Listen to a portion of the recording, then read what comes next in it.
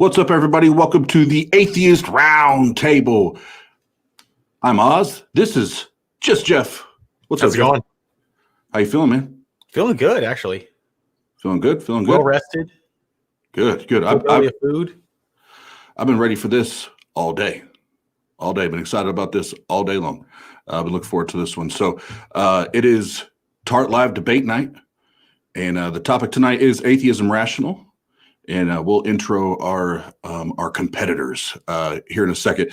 But we do have a jam-packed weekend, Jeff, ahead of us. So tomorrow we have Kay Neves and Jenna Belk, and they're going to be talking tomorrow night.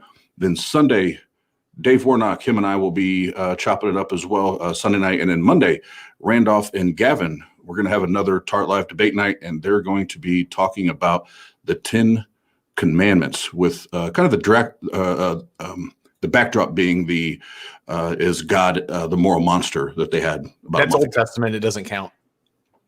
God damn. You're right. Why did I schedule it?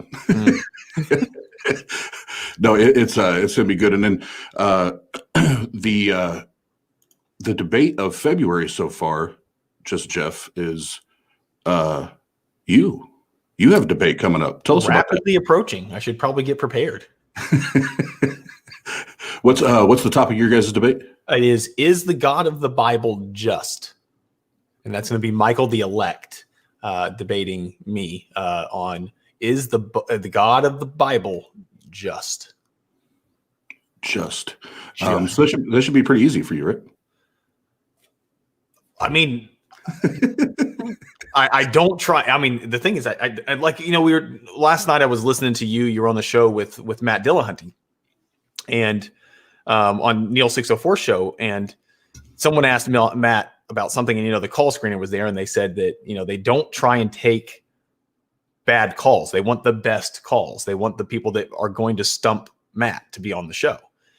In the same way, I do look for, I'll debate most anybody. So I hope that it is a very good debate that hopefully he has a very good response and maybe a good argument for it. But of course, I always think I have the right idea because that's how people are. So I guess we'll see, Well, the atheists always win when it comes to just and morality and all that, right? Yeah, I guess sometimes. But I also always I always want to seek to understand the other opponent's opinion to try and maybe figure a way that we can move them to a common place. So maybe we'll both learn something. Right. Absolutely. And as we get started here, if this is your first time listening to a TART Live debate, we joke around up top, but we do play it down the middle. We play it fair. And I think the last two debates we've had, we've given to the theists for, just to go on record. So, Jeff, without further ado, let's bring on in order, I guess, from right to left here, what I see on the screen, and introduce and then let you guys plug and shill and do all that before we get started. So, Godless Engineer, thanks for coming on to the Atheist Roundtable again. Tell us a little bit about you and where everybody can find you. Hi, I'm the Godless Engineer. I normally am on my own channel, Godless Engineer. You can find me on pretty much any social media as Godless Engineer. Over there, I do response videos and informational videos about different subjects. So if you like that kind of thing, you can go and check me out. Recently, I posted a video criticizing somebody prophesizing about how Trump will be in a second term. So that was interesting. So yeah, y'all go check me out if you haven't heard of me before. And I can't wait to get to the debate. Awesome. Thank you. And TJump, how about you, sir? Yeah, so on my channel, what I do, I train pet otters. They're very cuddly and cute, but they smell. They smell really, really bad. Like, otters are terrible. They're worse than like cows. They smell awful, but they're cute. And if you're on my YouTube channel, you don't have to smell them because you just got the camera. And so I'm a little jealous of you by that. But yeah, just go to my channel to see me train otters. Ladies and gentlemen, we can end it right. No, I'm kidding. David Gonzalez, how about you? Sorry, can you repeat the question one more time? I was trying to pull something up on my phone when you were asking the question. No problem. Obviously, they have your name now, but where can they find you? Anything you got going on that they need to know about? David Gonzalez. I need to do more things on my YouTube channel. I haven't posted a video in months, probably, but I hopefully planning on doing so. Thanks to Pasta Mike, he actually sent me a setup with a camera that I have where I can start making some more higher quality videos. But I'll be talking about stuff revolving around probably the Christian God, apologetics, if I decide to keep going with that. So I have some videos up right now on my channel, but I'm not being consistent right now. So. Okay, fair enough. Well, then get your shit together, Dave. And then, Matt, what do we need to know about you? Is there anywhere they can find you? Can everyone hear me okay? Yes, sir. Can y'all see me? I cannot see anything from my end here. All I can see is just the frozen screen. Nope, we see you. Okay. Well, nothing really. I don't have a YouTube channel. I actually started debating atheists back about 7 years ago on Facebook in debate groups.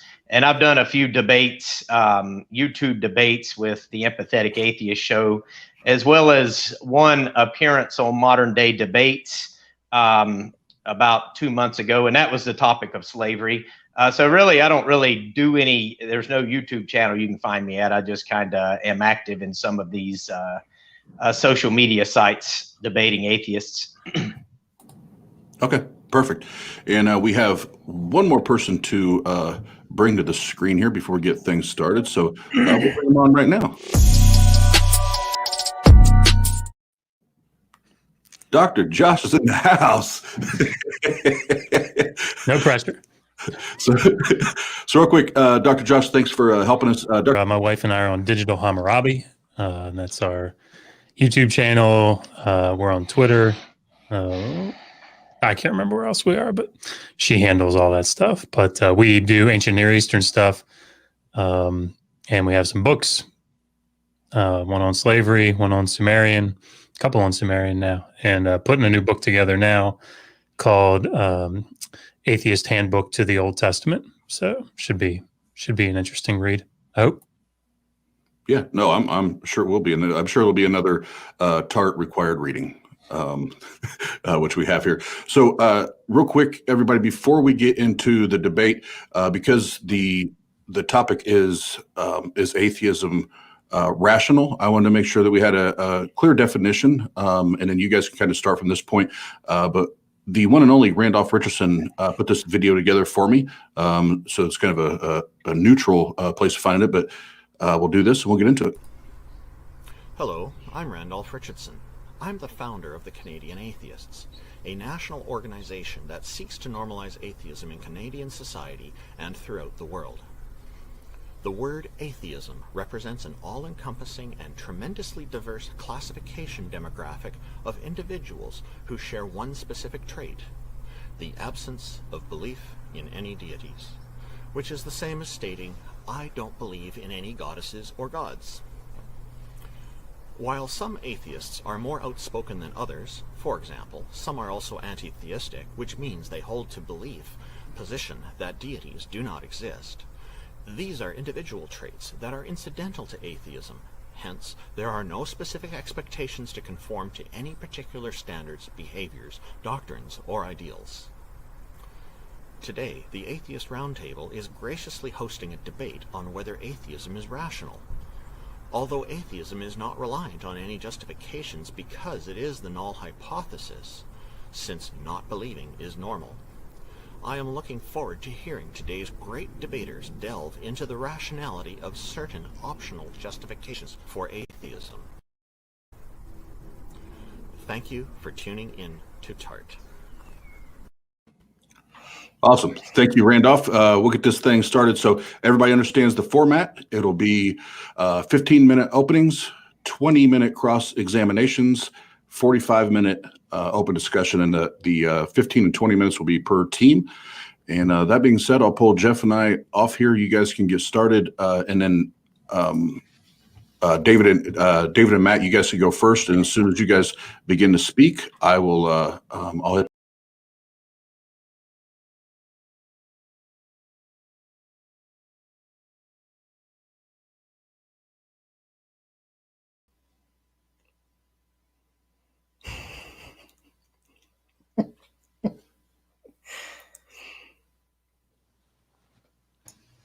Wait, who's going first?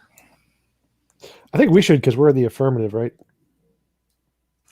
Yeah. I mean, I guess so. We didn't really work this out beforehand. TJump, do you want to go first? Or you want me to? Sure, I will jump in. That sounds good. So I am an atheist, by which I mean I believe there's no reason to believe in a God. I'm happy to defend either the strong or weak atheist position. I think both are more rational than theism. And essentially the justification goes like this. When in epistemology, we start with the cogito, I think, therefore I am. That is the first and most solid grounds of all knowledge. And then from there, you can say there's some difference between my imagination and my experience. If I imagine a unicorn, I don't see one. So there's got to be some difference between these two categories of things.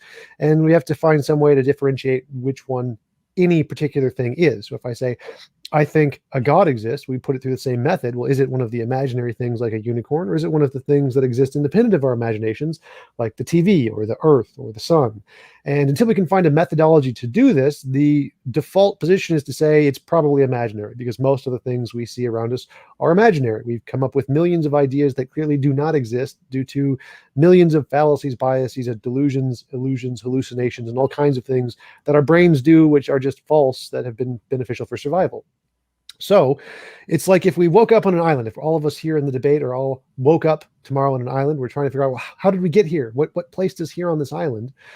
There's several possibilities. One is maybe a God put us here, a being kidnapped us overnight and put us here. That's a possibility, but we shouldn't believe that from the outset. That on the outside, we should believe is, well, we don't know, so we should look for evidence. And until we find evidence, it is best to withhold judgment. That is the most rational position to take. And until we can actually find evidence of any hypothesis, it is also rational to conclude that particular hypothesis is imaginary. So if I said we were brought here by an evil billionaire, Elon Musk probably, that it's reasonable to conclude that no, we were probably not brought here by Elon Musk. That's probably just something I made up in my head. So if you have any particular conception of a God or whatever who put us here and created this universe for us, the rational conception is either to withhold judgment and say, not until you provide evidence to differentiate that from being imaginary, or to reject that wholesale and say that's probably imaginary, like the millions of other hypotheses we've come up with, which are just purely imaginary. So again, in order to establish the rationality of a belief system like a God, you would need to provide some methodology that we can use to differentiate that hypothesis from being one of the imaginary things like the unicorn versus one of the real things like the stars, the planets, solar systems, particles, whatever. And until you do that, it is the most rational position to take is to say either I reject that hypothesis as being imaginary, or I lack belief in that hypothesis. Either of those are going to be more rational until such time as evidence is provided that your hypothesis is non-imaginary. Therefore, atheism is the rational position. And I will conclude there. All right. So my turn. I guess I take a much simpler approach to my position, atheism. Basically, I don't see any good evidence whatsoever to support the conclusion that a God does exist. And how I come to this is I've examined all of the arguments and all of the evidence that suggests or supposedly suggests that a God exists. And they don't really seem to support that final conclusion. So until I find good evidence to support that final conclusion, I'm not gonna believe in this magical deity that supposedly exists. What kind of led me to actually investigate that was considering, how many different gods we've known about in the past. Those have all been proven to not exist. They are all man-made concoctions used to explain things that we don't understand. And so given that prior probability, most likely any definition that any person could come up with is most likely going to be wrong. And so that it's not really an argument against God, like this ambiguous God figure that could possibly exist. On that particular note, I consider myself agnostic. I don't know if that God exists. I don't think that we'll ever know whether or not that God exists, because he could exist without us ever knowing about it. But as far as specific definitions of God, like are generally argued for in all of the arguments that are put forth, I would say that he definitely doesn't exist, and it's because of the fact that we have all of these other different gods that have been defined before that point, And unless we have good evidence to suggest that any particular definition of a God exists, then we probably shouldn't believe that a God exists, or at least that definition of a God exists.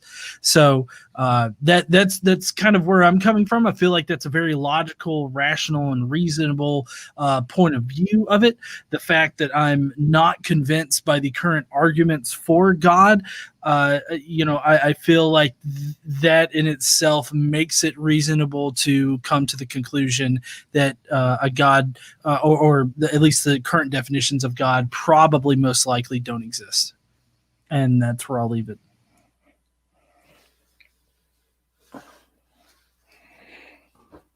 All right, Matt and David, you guys are next. I'll hit the stopwatch. You guys had plenty of time left. But whenever you guys, whoever's going first, when you start to speak, I'll hit the watch. Matt?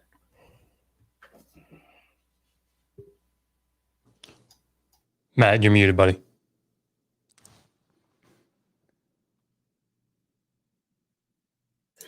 Still muted.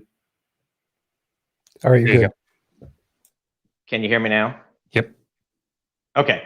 I didn't realize, like I said, I can't even see you guys at the moment, so I may end up having to leave and come back in a few minutes so I can actually see the camera. So I'm kind of just guessing what's going on. But everybody can hear me good now, right? Yes, Yep, you're we can. Everybody was muted. Yeah, we were muted. Okay. Is atheism rational? Is what we're debating here. First thing I want to do is kind of go over the definition of rational and the definition of atheism. Randolph had kind of given a definition there, but I don't think his definition is a real common definition that generally most atheists kind of apply to their own position. But the definition of rationalism, Oxford Learner's Dictionary defines rational as of behavior, ideas based on reason rather than emotions, of a person able to think clearly and make decisions based on reasons rather than emotions. So by that definition, would atheism be rational? Oxford Learner's Dictionary defines atheism as a lack of belief in the existence of God or gods. Quick Google search of the definition of atheism shows it defines it as a disbelief or lack of belief in the existence of God or gods. Webster's Dictionary takes about 3 approaches. They go with the negative definition, the positive definition, as well as a philosophical definition. A lack of belief or a strong disbelief in the existence of a god or gods, or a philosophical or religious position characterized by disbelief in the existence of God or gods. The American Atheist Inc. Corporation or organization calls atheism, they say atheism is not a belief in God or a denial of gods. It is a lack of belief in gods. And most atheists I debate, I have discussed this, atheism with, will tell me if I make an argument saying, well, atheists have this position or atheists have that position, they will accuse me of straw-manning atheists and insist that atheism is simply a lack of belief in God or gods. In fact, I have commonly been called out for straw-manning atheism according to them. But does lack of belief require the possibility of belief? I mean, a goat grazing in a field or a roach running across a kitchen floor would lack belief as far as we know from a scientific perspective. I've even been told by atheists that we are born atheists until someone starts telling us lies or indoctrinating us. So that would imply atheism would require no rationalism whatsoever to be an atheist. A tribe that supposedly never heard of God, the concept of God, would also be considered atheists according to the weak negative definition of atheism. So again, no rationality would be required. So I don't think this is really a debate, because lack of belief in God or gods would require no reason to be rational. But that's considered the negative definition. What about the positive definition, the belief that God does not exist? Is that rational? I don't think so. I don't think it would be.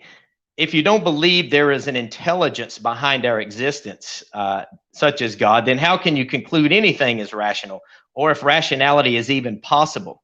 Generally, most atheists believe we are products of evolution, but there is no evidence that rationality is even needed for survival and reproduction as a species. As Tom actually pointed out a while ago, that we actually believe things that aren't true, that aren't rational, as a survival mechanism.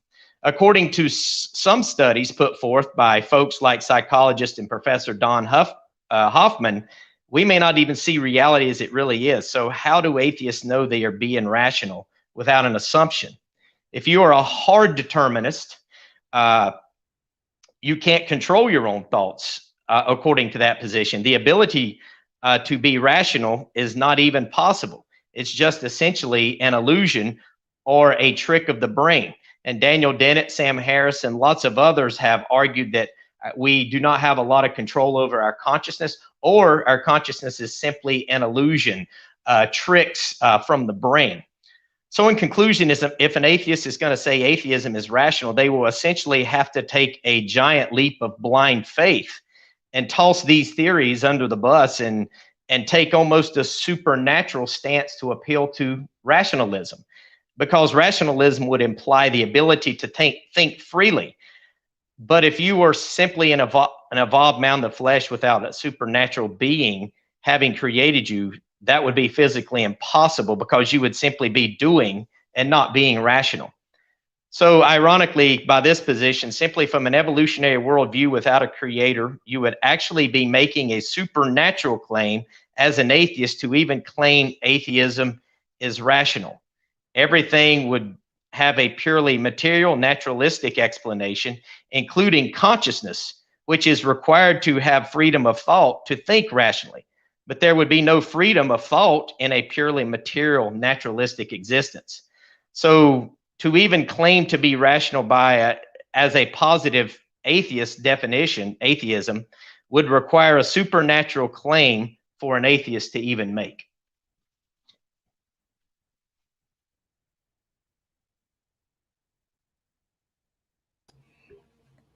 Okay. Is that a... That's it. Yeah, that's all I have. All right. So for my opening statement, I'm going to start off by saying I know that this can possibly be a question that maybe, I guess, uncomfortable for some people. And I just want to make sure that my intention in this is not to try and be bombastic or, passive aggressive or anything like that. For the sake of the conversation, I will kind of work from what people classify themselves as. But as someone who has thought about atheism as a definition for a long time, once I heard the lack belief definition, something just never ever sat right with me about it with terms of the lack belief definition. And it hasn't actually been until recently that I learned about the Oxford Dictionary of Philosophy. And I'm just going to read some paragraphs from this as part of my opening statement for some things. And I know that Tom and Godless Engineer, you guys have kind of laid out your definition. But I just want to point out that for me, this is kind of the definition that I've always kind of thought was the definition that I think should be. And I'll explain my reasons for why and how it relates to, is atheism rational? So I also encourage everyone, of course, to read this for yourself. I'm not going to read the whole thing because it's actually a long entry, but this can be found in the Oxford Dictionary of Philosophy of Atheism. So it says atheism is typically defined in terms of theism. So in other words, atheism is kind of like something that says whatever you define yourself as, I'm not that. So the first principle for this, to me, kind of seems interesting, that atheism tends to define itself as an opposite chameleon to whatever theism decides to classify itself as. Theism, in turn, is best understood as a proposition, something that is either true or false. It is often defined as the belief that God exists. But here, belief means something believed. It refers to the propositional content of belief, not to the attitude or psychological state of believing. There's an apologist that I learned about a couple years ago named Frank Turek, who, during some of his debates, he will talk about this when people use the lack belief definition and ask them first of all, how do you know you want to be convinced? Right? I think I'm at least justified in asking you why you're not convinced, because there's, the lack belief kind of implies that there's something that's missing. But he also said, I just lost my train of thought here, but he also said that he pointed to the same principle, the one kind of appealing to their psychological state. Basically the not convinced argument of lacking belief seems to kind of be synonymous with saying, well, I don't feel like what you're saying is true. And so if that's the case, again, going back to separating, logic from emotion, I think it's important to make that distinction and decide what the reasons are for why you're not convinced. Because if you're not convinced for some emotional reason, then that's not a rational reason to not believe. And then, of course, if not being convinced in and of itself is a psychological state that is synonymous with an emotional response, then, of course, that doesn't work as what it means to be rational either. And I would encourage people, if you take that definition, to just take the negative. We're all biased. Science shows it.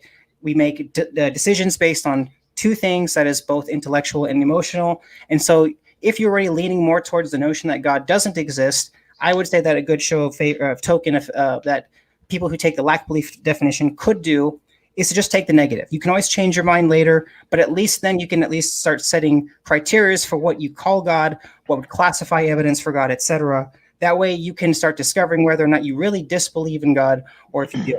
And then it says, if, however, atheism is defined in the terms of theism, and theism is the proposition that God exists and not the psychological condition of believing that there is a God, then it follows that atheism is not the absence of the psychological condition of believing that God exists. The A in atheism must be understood as negation instead of absence, as not instead of without. Therefore, in philosophy, at least, atheism should be construed as the proposition that God does not exist, or more broadly, the proposition that there are no gods. I'll leave it there, but I'm fine. I want to say with this, I understand that no one should be forced to take a position, at least right off the bat. As someone who used to be more involved with politics, I consider myself conservative. I understand the importance of kind of reserving judgment. But you are, I would say, is still in a sense saying that you kind of disbelieve in whatever both conclusions are, on any political issue, but you still want to wait. The best evidence comes out, I think, like within 72 hours of something happening. So that's when you can start making inferences and making, a good time to make judgment calls. Matt kind of already hit on the definitions of reason and rationality. So I was actually going to go over those. He kind of already did that. So that works. And the only thing I have left is I just want to read a couple of things. There is a man by the name of Pascal Boyer who wrote an excerpt on disbelief, basically stating that if you are someone who takes a disbelief position, that it is actually requires more cognitive work to maintain and support a disbelief position in the existence of God. And then a supporting case that I have of neurological studies that talked about this too. This is from it's ResearchGate. It's called "Atheists Become Emotionally Aroused When Daring God to Do Terrible Things." I'm using this to challenge the statement that you're not convinced that God is real. This is very short. It says, we examine whether atheists exhibit evidence of emotional arousal when they dare God to cause harm to themselves and their inmates. In study 1, participants, 16 atheists and 13 religious individuals, read aloud 36 statements of 3 different types: a God statement, an offensive statement, and a neutral statement. In study 2, where n equals 19 atheists, 10 new stimulus statements were included in which atheists wished for negative events to occur. The atheists did not think the God statements were as unpleasant as the religious participants did in their verbal reports. However, the skin conductance level showed that asking God to do awful things was equally stressful to the atheists as it was to religious people, and that atheists were more affected by God statements than by wish or offensive statements. The results imply that atheists' attitudes towards God are ambivalent in that their explicit beliefs conflict with their effective response. And so what this study is basically kind of showing is that one may tell themselves that they're not convinced God is real, whatever the case may be, but this study seems to show that at least with some individuals, not with all, that there is a suppressed belief in God, that there is probably an emotional attachment to for why an atheist rejects belief in God. Now, with that being said, I want to say something. I know I don't want to talk too much about what I personally believe, but as someone who is a Christian, I am someone who would agree with this in principle, in the sense of that I don't want someone to come to the wrong conclusion either. And especially with some people who have come out of the church and things like this, I can understand that there was probably something that took place in their past that may be related to the reasons why they either don't want to believe in God or reject belief in God subconsciously, but they just don't want to admit it. And also, last thing with that in mind, there was another study. Okay, 2 minutes left. I'm almost done. Good. There was another study too that showed that just as a cognitive default, they have done some studies, a lot of studies with children, showing that whether you grow up in an atheistic home or in a religious home, your brain naturally, when experiencing a religious experience, give signals of normal brain function. In other words, these things are not directly associated with what we would consider to be unnatural delusions. And so our brain essentially has been created or made, however you want to phrase that, with a cognitive default to accept a belief in God. And that these beliefs are not imaginary, at least according to what the brain scans show. And so obviously the antithesis of that, and I know that this is different for everyone. I'm not saying that all atheists are the same, but I would argue that for some people, it might be more natural.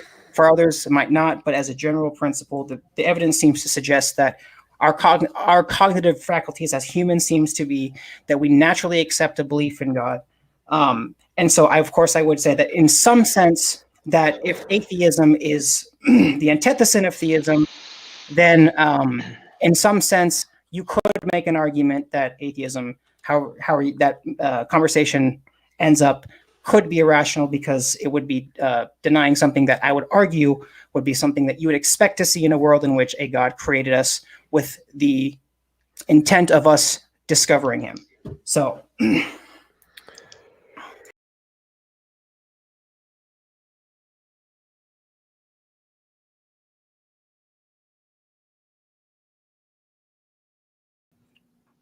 Oh, what's up, Jeff? Going on. All right, so round one, they get to get a drink of water, stretch, talk to the corner man, take some take a breath. notes, prepare their argument. How you feel after round one? I mean, we're getting somewhere. I think that I get, how I am with word games. And so the defining of atheists, it seems to be an argument, or at least something that comes up quite frequently. So, it is I guess it's necessary. And I think Randolph's video was really good. I think he did a good job of kind of defining it, but I don't know. I kind of think like if the number one is I believe in God and the number -1 is I don't believe in God, I'm at a 0. That's kind of how I define atheism. I'm not positive number. I'm not a negative number. I'm 0. So if there's a better word that we should be using, maybe we should do that. But I think that it's theist, atheist, anti-theist is kind of how I see it. But it does seem to be a common occurrence in these types of debates that we end up spending a good amount of time defining the word atheist. Yeah, absolutely. And that's why even, again, thank you, Randolph, for doing that. We did the video up front, so that way that definition was, we try to keep it as clear and concise as possible. But at the end of the day, it's we just, we're not convinced. There's not enough evidence to warrant that belief. And I guess, like when TJump and Godless was saying about it being the default position, I just don't think that you have to be aware that you're an atheist for you to be an atheist. If a child is born, they don't know, they're not aware of a God, therefore they just default into that position. They're not making a claim either way. So, but I don't know. I'd like to see, I know that now we're going to see the retort from TJump and everybody else and see what they have to say. So I'll be interested to see what Godless and TJump have to say in response to the rather lengthy explanation that we got. Yeah, absolutely. And usually that first round, the opening statements are, laying the groundwork for the arguments. So this is usually when it starts to get juicy. So let's bring.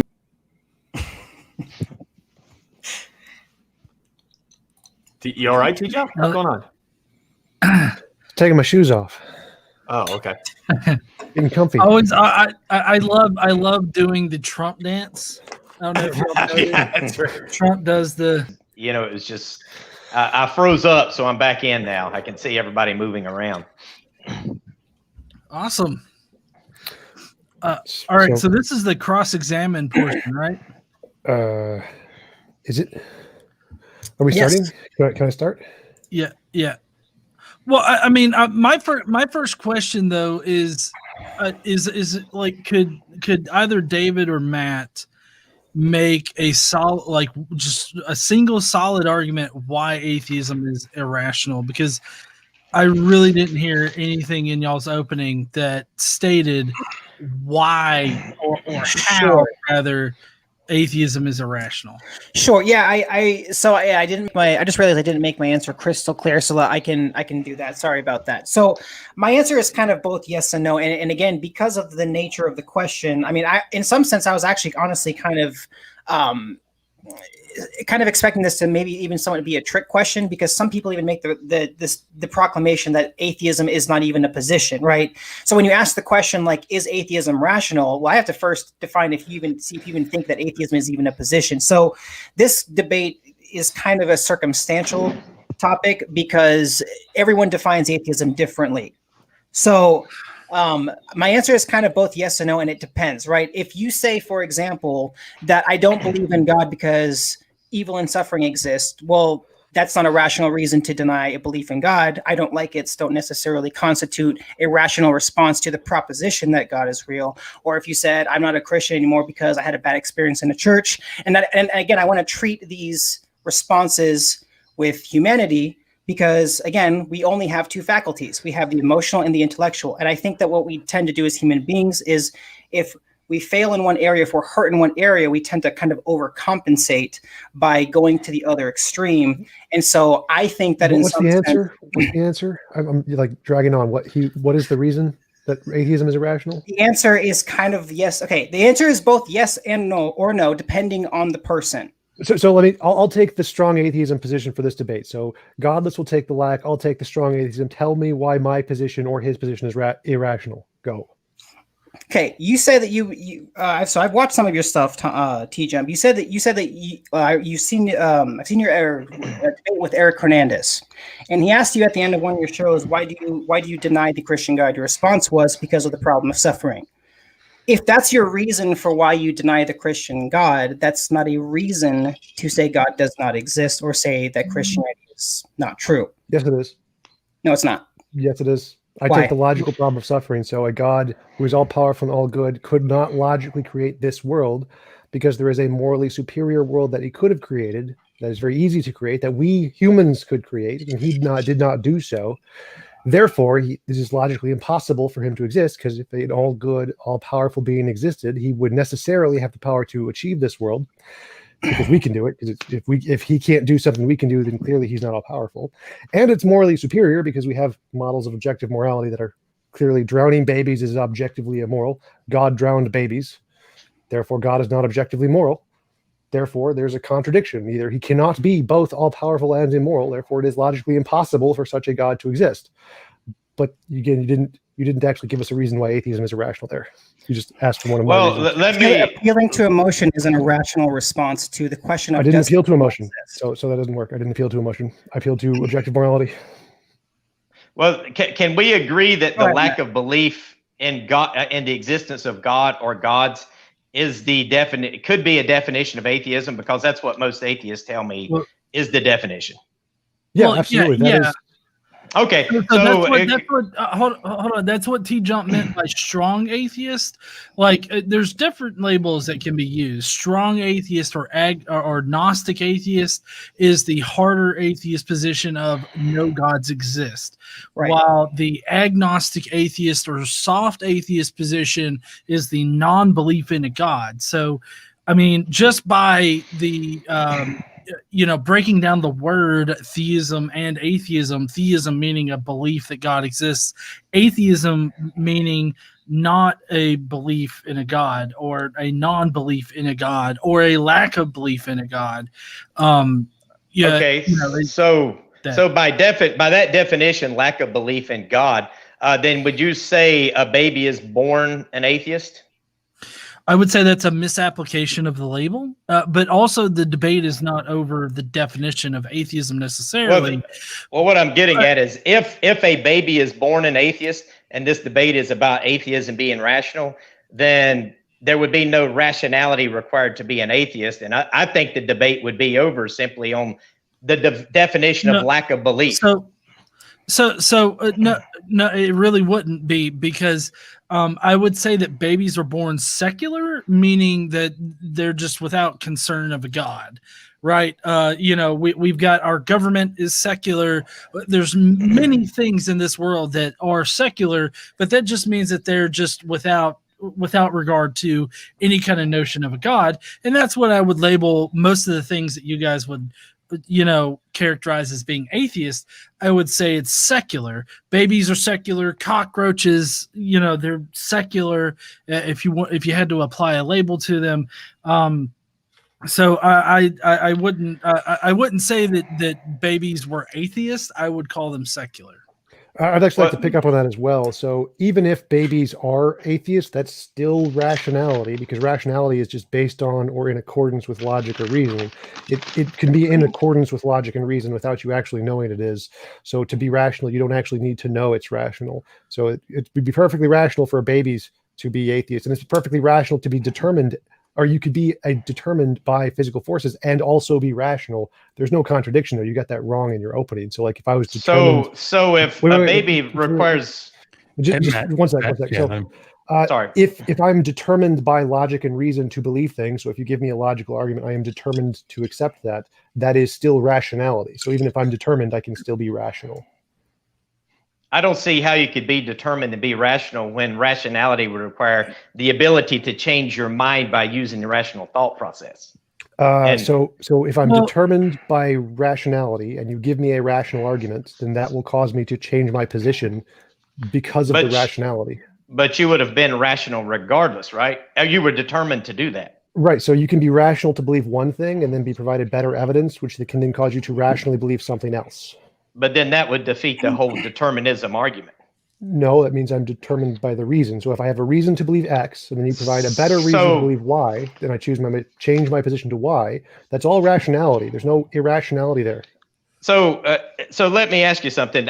Maybe you can clarify determinism, but my understanding of determinism is a person is going to do certain things, and even if they were to go back in time, they would not and redo this. They would not have changed and acted differently. Is that Yep. kind of okay? Yep. So I don't see how in that mindset you could actually say, okay, well, someone presents an argument or I look at something using rational thought and I choose to change my mind to go another way because you were going to go that way regardless. So because you would simply be a product of your physical material makeup, making these decisions without any control. What's the definition of rationality? Hold on, and I will find it. Of a person able to think clearly and make decisions based on reasons rather than emotions. So if you gave me a reason and I then chose to believe something based on that reason, even if I'm determined to do it, my choice is determined, that's still rationality, isn't it? No, because you couldn't. I don't think you could choose if you were determined to do it. You would just be doing it. Nope. In philosophy, choices are just fine without being determined. So you're presupposing your definition of choice, which is rejected by everyone in philosophy and the dictionary. So you don't actually need free choice to be able to. Well, what about? I don't want to take. Go ahead. Let me just say one thing. What about the scientists and philosophers who say consciousness is just an illusion, or we don't have control over our own conscious thoughts? How would you respond? Well, we don't have control. Why don't we save your questions for your period? Okay. Cross-examination. By the way, is this? I'm not sure. Was this a cross-examination for us or was this for y'all? I'm not sure. Oh yeah, good clarification. Yeah. I mean, it started as because I think TJump. So. Okay, well, y'all just keep asking us questions. I didn't realize I was not supposed to ask y'all questions at the moment, so y'all can ask us a few during y'all's time to kind of make up for it. Well, can we agree that somebody can think they're being rational while they're also being irrational from an absolute or objective standpoint?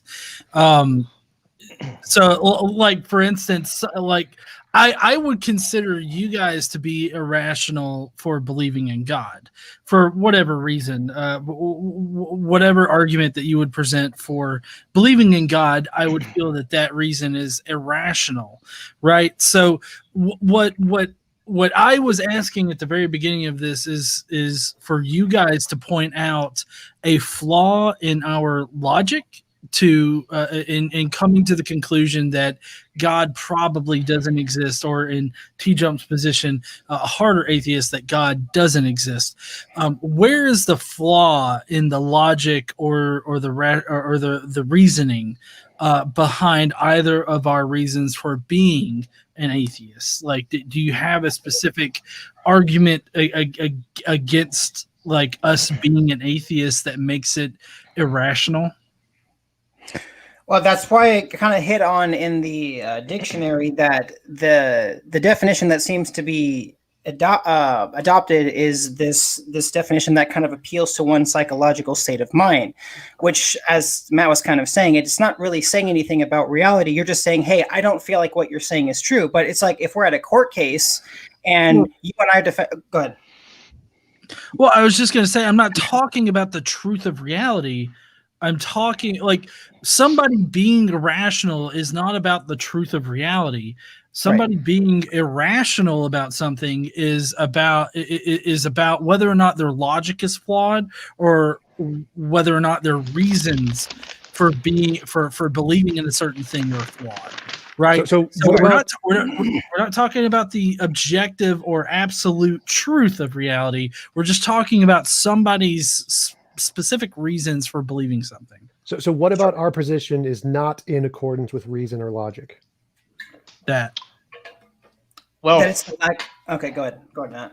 Well, I was going to say, if you just simply have a lack of belief in God, then even you don't even need to require any reason and logic for doing that. You could, as I said, if that's the negative definition, then my simple argument is there's no reason or logic required to be an atheist, simply based on that weak definition. Now, in Tom's case, well, so I think that means you're admitting that definition is rational when you say that. Yeah, I think saying lack of belief in the existence of God or gods, that definition would require no rationality. So yeah, in that case, that would be a rational statement. Okay. Well, no. So let's get something straight here. Atheism is just, is just saying no, I don't believe in a God, right? So I don't think that atheism itself can be rational or irrational. It's about how a person comes to that conclusion. So my question is that from both TJump and I, what about our reasoning is irrational? Because we're both coming at it from different perspectives. I'm more of an agnostic atheist. He's coming at it from more of a Gnostic atheist point of view. So is there any particular thing that is irrational or illogical about either of our reasons for not believing in a God?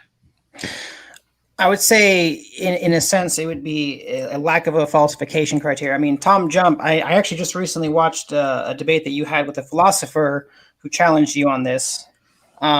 You said that there are no good reasons to believe in God. So it sounds like you basically just said that you don't think that we can ever know if God exists. And if that's the case, then you're not taking an atheistic position. You're saying you don't think God can never be known. No, straw man. I never said that. So my position is it's really easy to show God exists. If I pray for God and get a gold brick, that's evidence of a God. So I never said you can't know God exists at all. It's not a part of my position. But again, in what I presented in our opening statement, in this debate, what about either of our arguments is not in accordance with reason or logic? You failed to answer that question for the past. I did. I said a lack of a falsification. If you're going to say that there is no reason to believe in God, first of all, you're talking about something. So I expect you to know what you are talking about, because it's like the falsification criteria is give me a reason to believe in a God. That's the criteria. And so I literally, in my opening, I said you need a method to differentiate imagination from reality. If you give me that method and it passes the test, that is a falsification of there's no reason, because then there is a reason.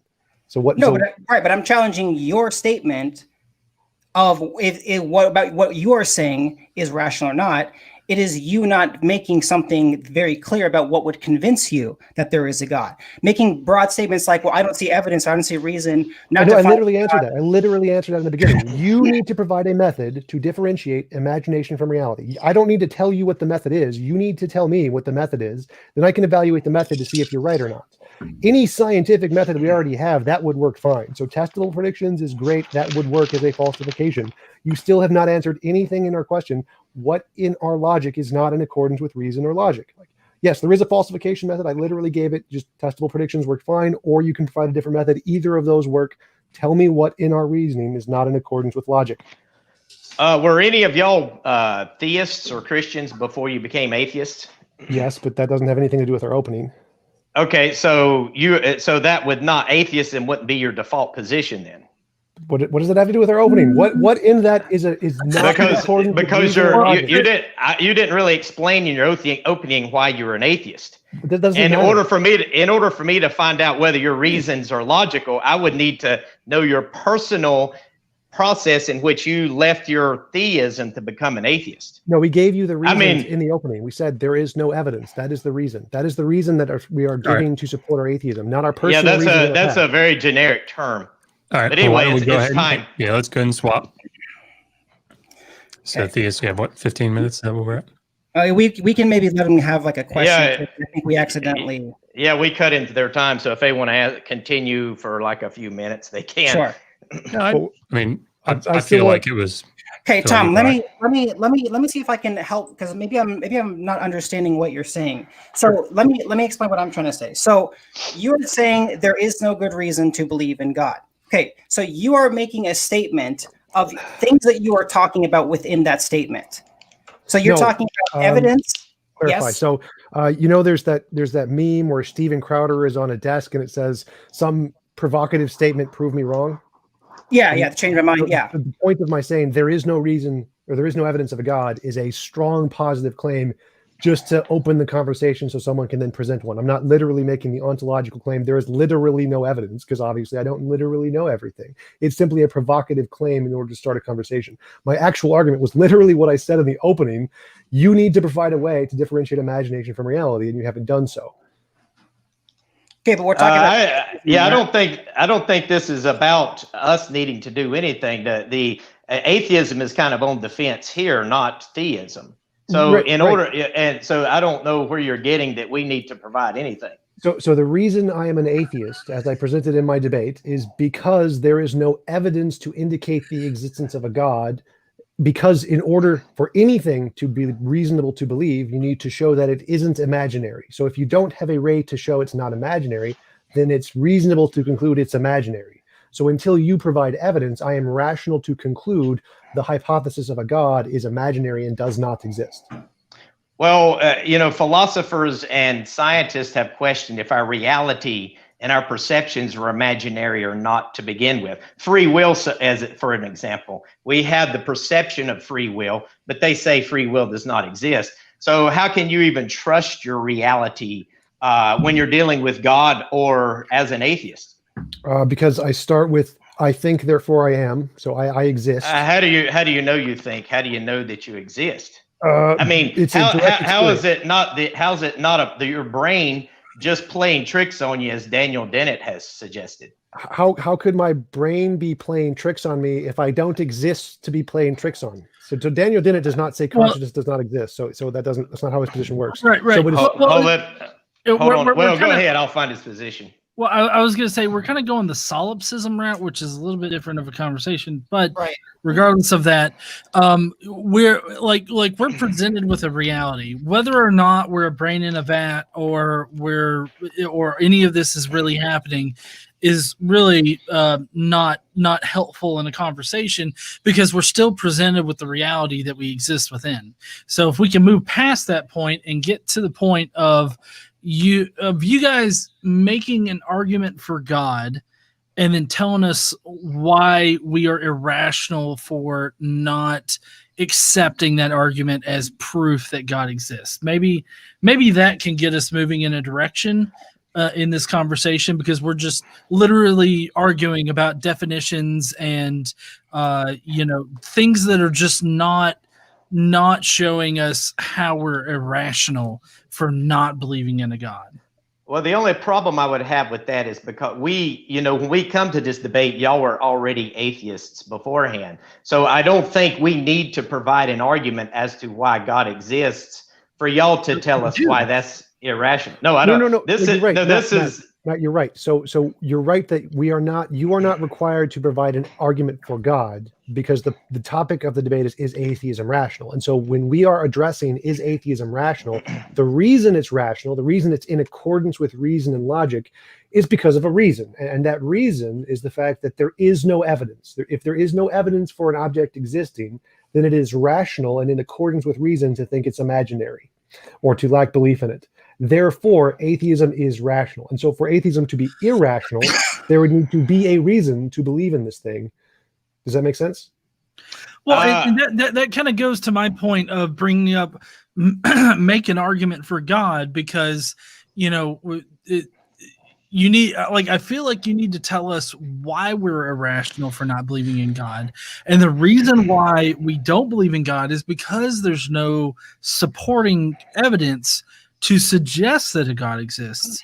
So it kind of feels like it depends on the argument that you present to us as to whether or not we're being irrational. And I don't know, that's kind of how I see it. I feel like you guys need to provide evidence that this God exists, because atheism or being secular or just being irregardless of any kind of knowledge of God or any kind of concept of God is the null hypothesis. It's the default position. So, you know, I feel like in order to convince somebody that a God does exist, you guys need to provide a piece of evidence that shows that God exists. And then you need to tell us how we're being irrational in rejecting that evidence as God existing. So like, just use an analogy, like, is it rational to believe the world is not flat? Well, yes. Well, why? Because there's lots of evidence the world is round. So because there's lots of evidence the world is round, it is rational to conclude the world is not flat. So if there's lots of evidence to conclude a God exists, then it would be irrational to be an atheist. But if there's no evidence that there's a God exists, then it's rational to be an atheist. Okay, yeah, and this is, I'm glad you used that, because this is kind of an analogy that I used. If someone is a flat earther, despite the evidence, and the response to the proposition that the earth is round is, I'm not convinced the earth is round, that's what I'm trying to hit at.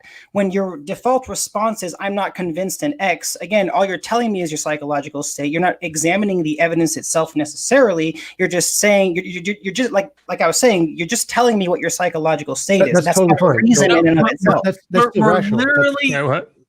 We're literally asking you for the evidence, though. Well, let me. I understand his point. Hold on. Yeah, let them cross-examine. Then So when we get to the open discussion, we can talk about it more broadly. Yeah, so that was a question he was asking, so I wanted to respond to it. So yes, the flat earther is responding by giving you his psychological response that he is not convinced the earth is round, but that is irrational because there's a ton of evidence that should be convincing to a rational mind. So if there was no evidence that the world wasn't round, then that statement is perfectly rational. It's perfectly rational to say, I am not convinced the world is round, unless there is a large body of evidence there that says otherwise. So it doesn't matter if it's a psychological position or a positive position. Either one can still be rational if there's no evidence to support otherwise. And so what I'm saying is that if you come across a person like that, and their response is to just always reject any evidence that you present, they just tell you, I'm not convinced, would you feel at least justified in saying, okay, what would convince you? Because at that point, what it seems like all that they're doing is just subtly shifting the burden of proof back onto you to keep saying more things that they know that they're just not going to accept anyways. Would you say that you would at least be justified in saying what would convince you? In other words, would you please falsify your position for what you would convince you that the earth is round? What piece of evidence would you accept as convincing? That's perfectly rational. I literally answered that 10 minutes ago. Novel testable predictions, the exact same criteria used for anything in science, or you could provide any other method you would like that can differentiate between imagination and experience. And after we test that, and if it works, I'll accept that too. So my standard is literally the standard of science, or anything else you could provide that can work. So just science. Science. I literally just said no, not just science. Science, or you can provide whatever method you want that can differentiate imagination from experience. And then I'll test that to see if it can. So why does theism exist? Type 1 and type 2 delusions. What is the evolutionary, from an evolutionary standpoint, what is the reason of atheism today?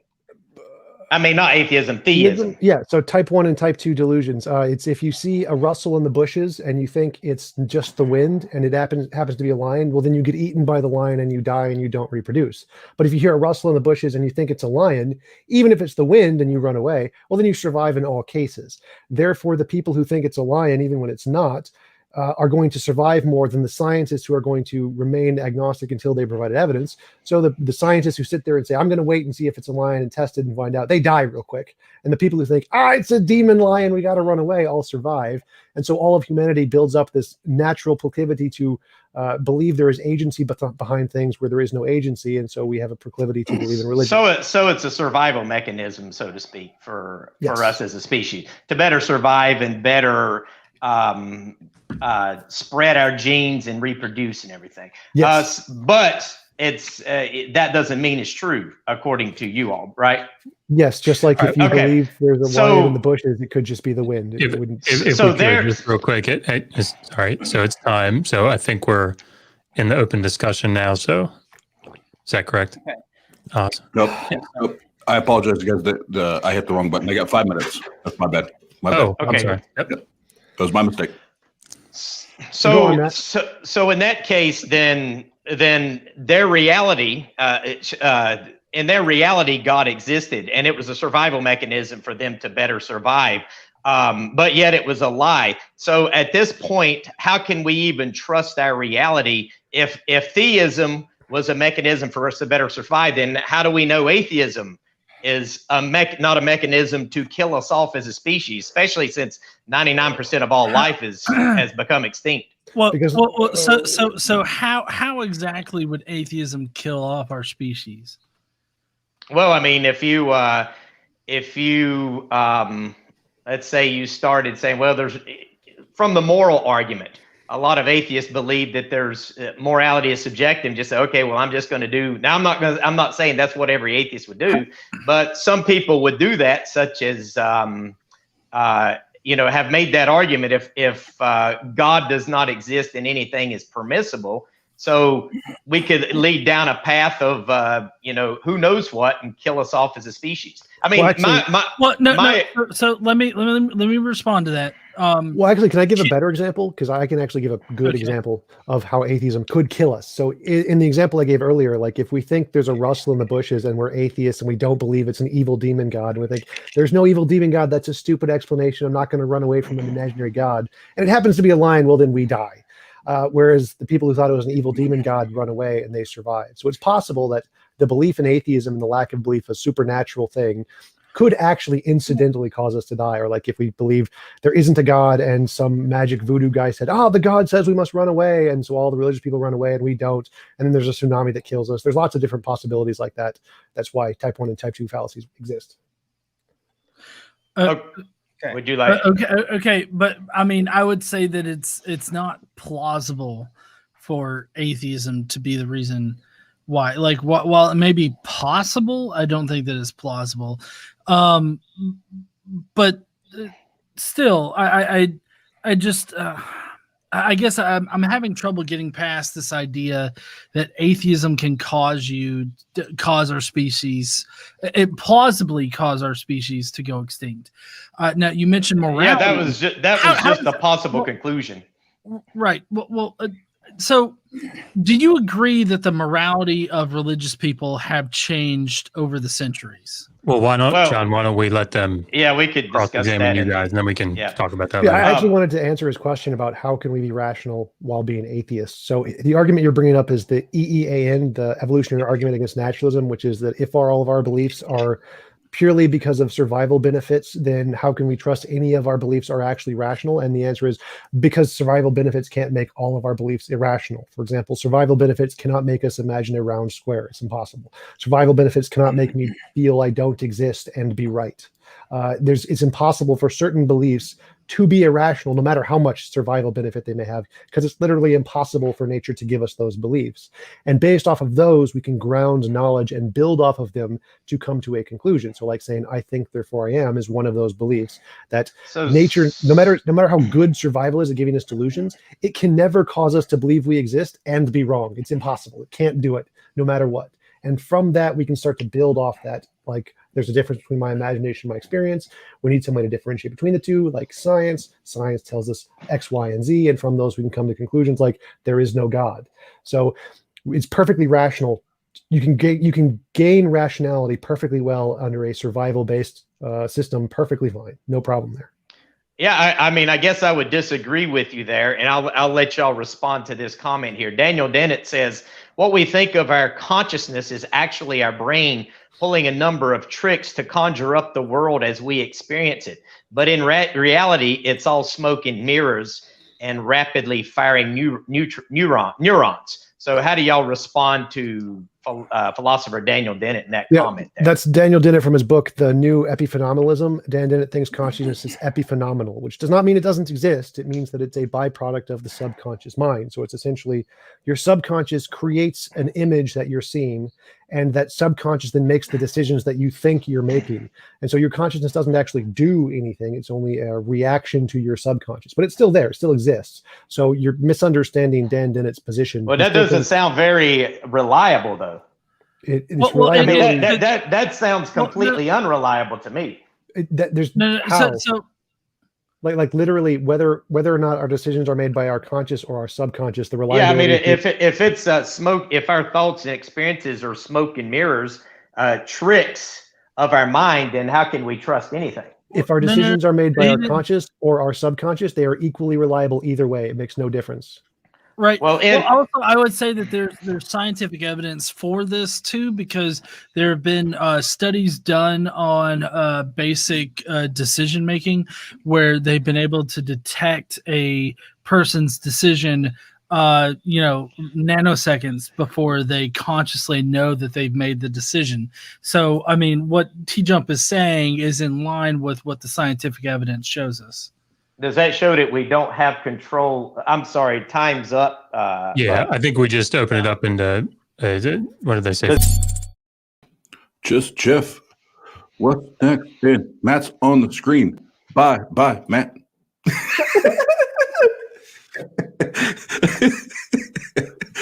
Oh, man. All right, Jeff, I'm going to give you first crack.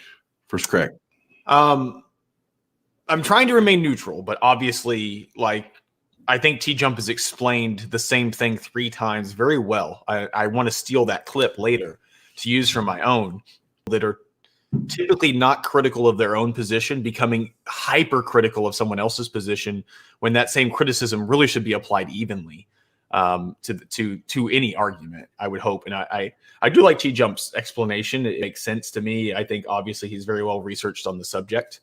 So yeah, I think that I can't wait to get to the open dialogue. I'm really stoked to get to the open dialogue. Yeah, after the cross-examination, my thing is I'm still trying to hear why atheism is not rational. Right. Yeah, we keep getting that's it. We keep getting off of that subject and getting lost in the weeds of other things, or TJump having to defend certain things, or Godless having to discern certain things. I hope that I would like to know, what makes atheism irrational. Right. And as a very, I'm not the smartest guy in the world. I'm just a very common sense thinker. And I know you know that. So I think most of the world knows that. For me, it's okay. Atheism. Here's the definition. Why is that irrational? That's all I'm waiting to hear. Right. So I think it's easy to play it down the middle on this one. If you ask me, it's one of the easier ones to do. Yeah. So before we bring them back on real quick, we've had some super chats, and yes, during normal episodes we call them as they come on, but obviously in a debate format, it's a little harder to do that. But towards the beginning, Eddie Kroom, TJump already won. He brought the one hitter quitter, the chair. Pastor Mike is in the house with the King Noodle. I don't know what that means. Oh, you know what it means. James is tired. Thank you for $2. TJump just demonstrated atheism is not rational. We'll have to go back and see the time segment on that. I was watching. That was at 10 o'clock. It was the second time he was explaining the reasoning for giving a method in which to determine the imaginary from the reality. Oh, okay. And then Yuhan, not believing something, in parentheses, insert literally anything here, Exists until evidence verifies is pretty objectively rational. Skeptic mafia for life. I agree. So thank you guys for the super chats. And we're getting ready now to go to the 45-minute open dialogue. This is when it's going to get fun. Oh, don't break anything. I was going to do one of these, but I guess I won't. That kind of hurt, actually. I think I cut myself. This is when it gets fun, and just so everybody knows, this is when I'll start putting more comments up on the screen as we go through it, so that the chat room's engaged. Yes, Jeff. And we got Q&A after that. So if you got questions, hold them. Get ready, because we will call for a time for questions and answers. So write them down or whatever, and hold them so we can keep them in order. We want to get you guys. So don't drop it early. Hold on. Yeah. And super chat is obviously an easy way for us to find it later. Yeah, when there's about 20 minutes left, I'll pop it up on screen. That's about the time you can start putting the questions in. And I'll tell you right now, with as many people as we have, Murder Shed Steve, the murderous one, will be here to take the questions, and the best way to do it is to super chat, because he can save those for for when it's time to come back around to that, and make sure that. Oh shit! Oh man, that means he's entered the building, guys. That means he's here. But then that way we make sure it sticks to the top. We can ask your questions. So Jeff, let's do it to it. 45 minutes. 45 minutes. Let's get.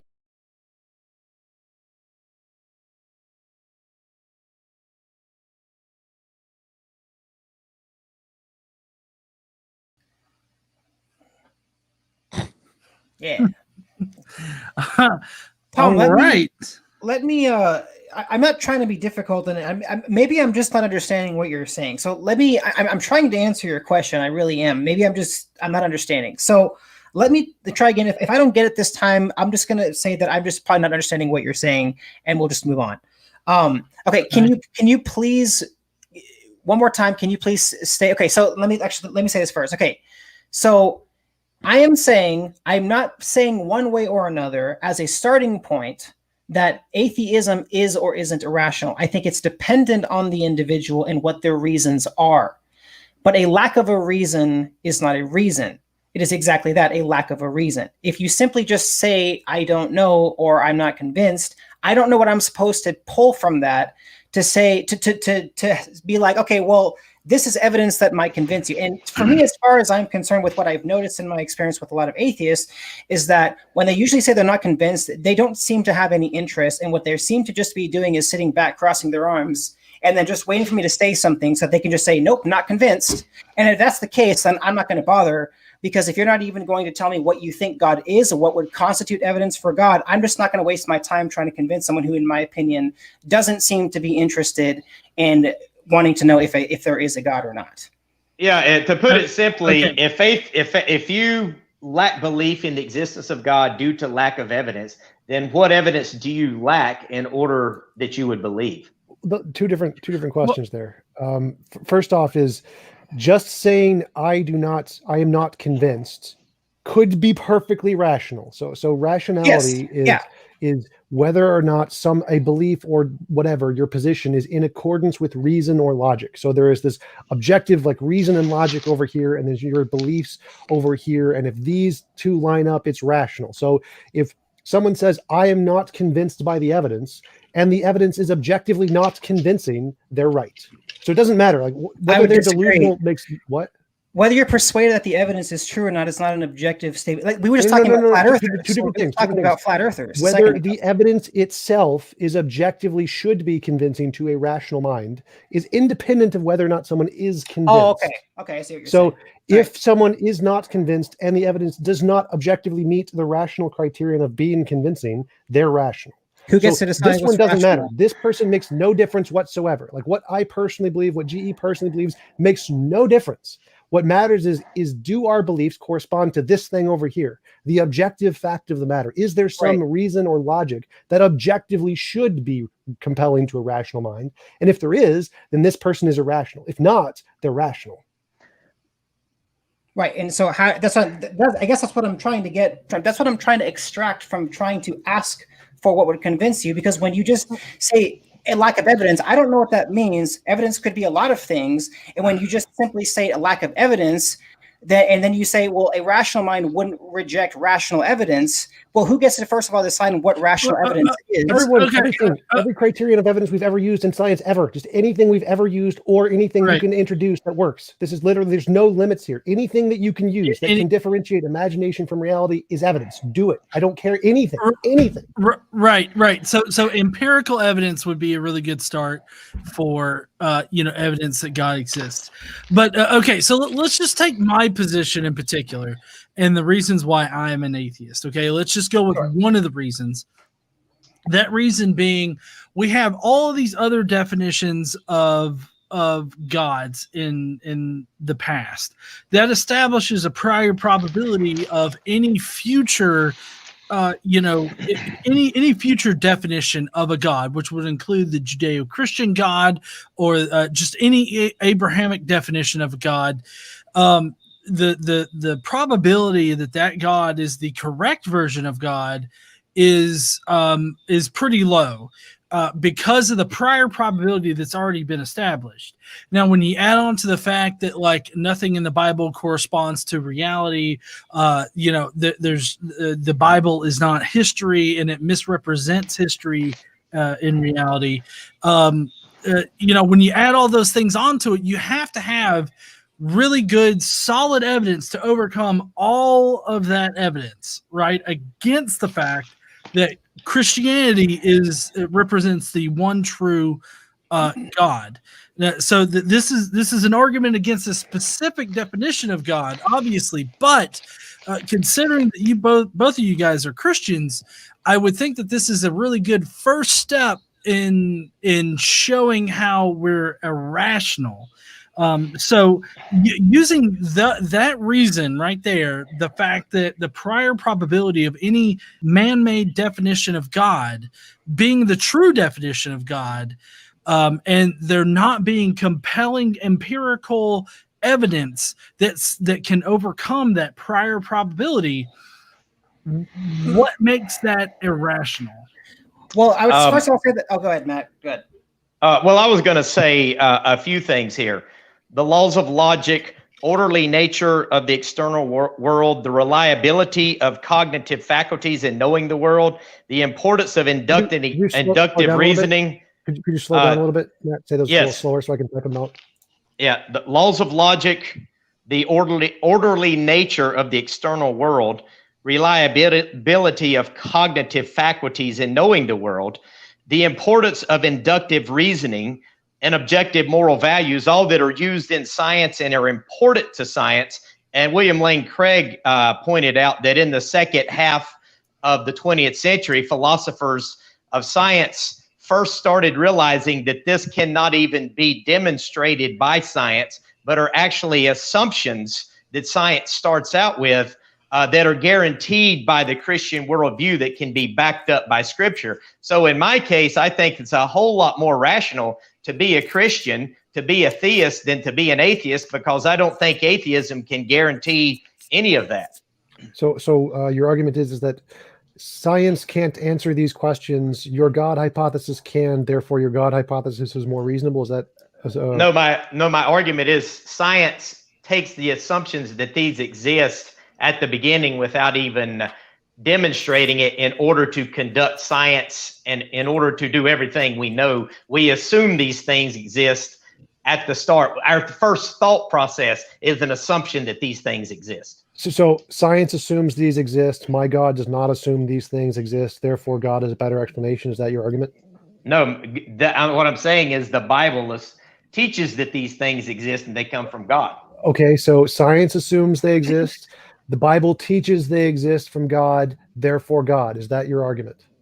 Yes, essentially. I mean, it's more rational than an atheistic position, because you can't assume those exist from an atheistic worldview. That's called an argument from ignorance fallacy. It's literally one of the things we know for a fact does not work.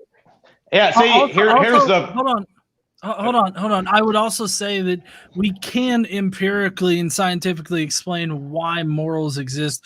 We can empirically and scientifically explain why logic exists, because logic is a human description of things that we have perceived in our reality.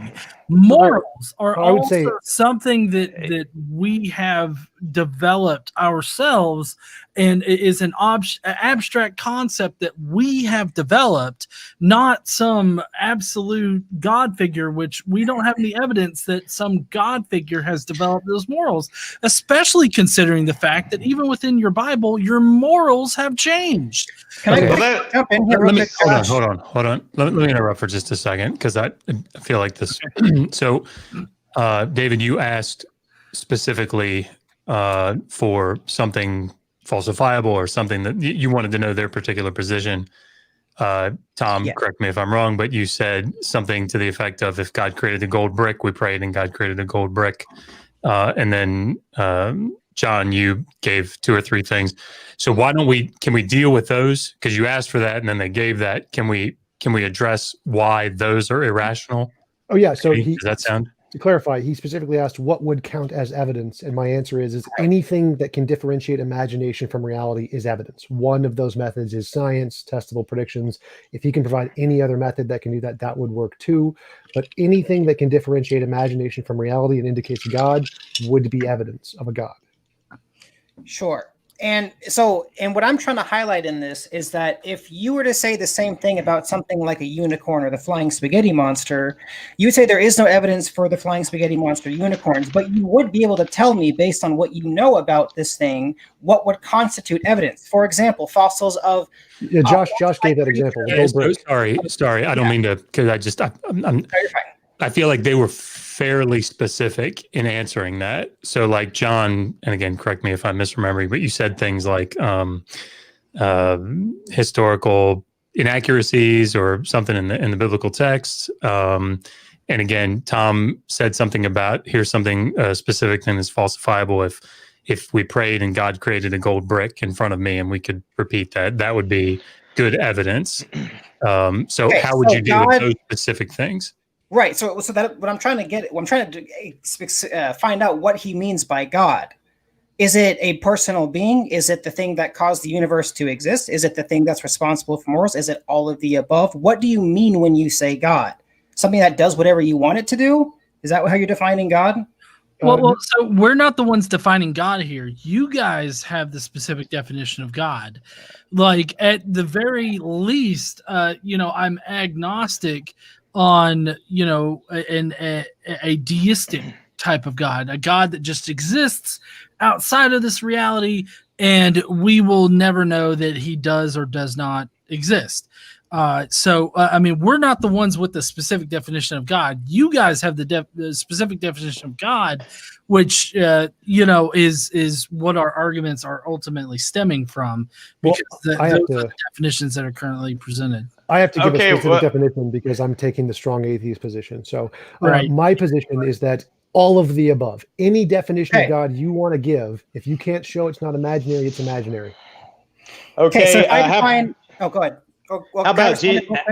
Yeah, go ahead. Okay. So if I define God as a metaphysical thing, it is the thing that caused the universe to exist. Is that evidence for God then, in your opinion? No. If I say God is the thing that started the universe, that caused the universe to exist. No, that's can you prove that? No, so that's your definition. You've given a definition. I'm asking, is it possible? Because you're saying there is no evidence. So if I can show that it's possible that the evidence fits the conclusion through induction that it was God, then the statement that there is no evidence for God is nullified, and you can't make that statement anymore. No, that's not evidence of a God. So that would be post hoc reasoning. Post hoc reasoning is when you look at a body of evidence and then you make a hypothesis to fit the evidence. That is not evidence. That's literally called post hoc theorization. It is abductive reasoning, which is also known as affirming the consequent fallacy, introduced by logic by Charles L. Pierce. Those literally are not evidence. You can use them as a basis to come up with a hypothesis, perfectly rational. They are not evidence the hypothesis is true. So no, that is not evidence that it is not imaginary. You have not provided a way to differentiate if it's imaginary from reality. All you did is you came up with an imaginary hypothesis. So we don't exist, is what you're saying. No, I never said that. Dr. Okay, Jeff, so did I ever say that we don't exist? if I say that God could have been the thing that caused our existence, we exist. So Yeah, if you're saying that God is not the thing that hold on. caused the universe to exist, then we don't exist. Hold on. No. Hold on. Can you prove that God is the thing that causes to Oh, exist? wait. What is your evidence? Wait, So I think I got an argument. can't prove to you that God exists. so But wait. what we're talking about right now, whether or not I think I understand, David. Let me see. So you're saying that whatever caused us to exist, you're going to define whatever the thing that caused us to exist as God. Is that what you're saying? No, I said he'd be a personal mind, so that whatever we know what is true about a mind, which would be similar to us, so then what I said was correct. So if you just define whatever created us as God, like if the universe itself was the eternal thing, then that would be God in your definition. Then you're right, that would definitely exist. You can use induction to conclude that whatever created us for sure, and you can just label that as a God. But if you want to attribute other properties to it, like it's a personal being, no, that you would need to provide evidence for. Otherwise, it's just one of infinitely many possible imaginary hypotheses you come up with, and there's no way to differentiate that from just being an imaginary thing in your head. Right. So there's no evidence for that. Okay. You said provide evidence, or are you talking about for your definition of God? What about Jesus Christ of Nazareth? I think he existed, unlike GE. He he claimed to be God. So hypothetically speaking, if Jesus Christ is God and there's evidence for his existence, then would that be considered evidence for God from your perspective? I claim to be the king of the Klingon nation under Alpha Centauri. Is that evidence that I'm king of the Klingon nation of Alpha Centauri? Well, if you divided history, then I would definitely take maybe look into that. I mean, hold on. Didn't Jim Jones claim to be of God or from God or some prophet of God? Yeah, right. That's a big difference. Muhammad, that's the exact opposite. Prophet of God? Muhammad never performed any miracles. That's not a really good example. Yeah, what I'm saying is Jesus Christ claimed to be God. Now, Jesus Christ made some bold statements, such as when Peter confessed who he is, he said, on this rock I will build my church. And when he talked about the Holy Spirit, he talked about this this intimate relationship that people would have with God afterwards. And he actually says the world cannot see it, but you see it because he dwells within you. Now, so 2,000 years later, we have the existence of the church and these people saying the same things that Jesus Christ did. So is that evidence that Jesus Christ's words are at least true and he could be considered God? Or at least you would be open to it? So as far as historiography goes, the earliest gospel is Mark. Mark never has Jesus claiming to be God. In fact, when he's brought in front of Pilate. Actually, that's incorrect. Hold on. Everybody, I feel like now we're shifting into is Christianity rational, and I don't think that's where we want to go.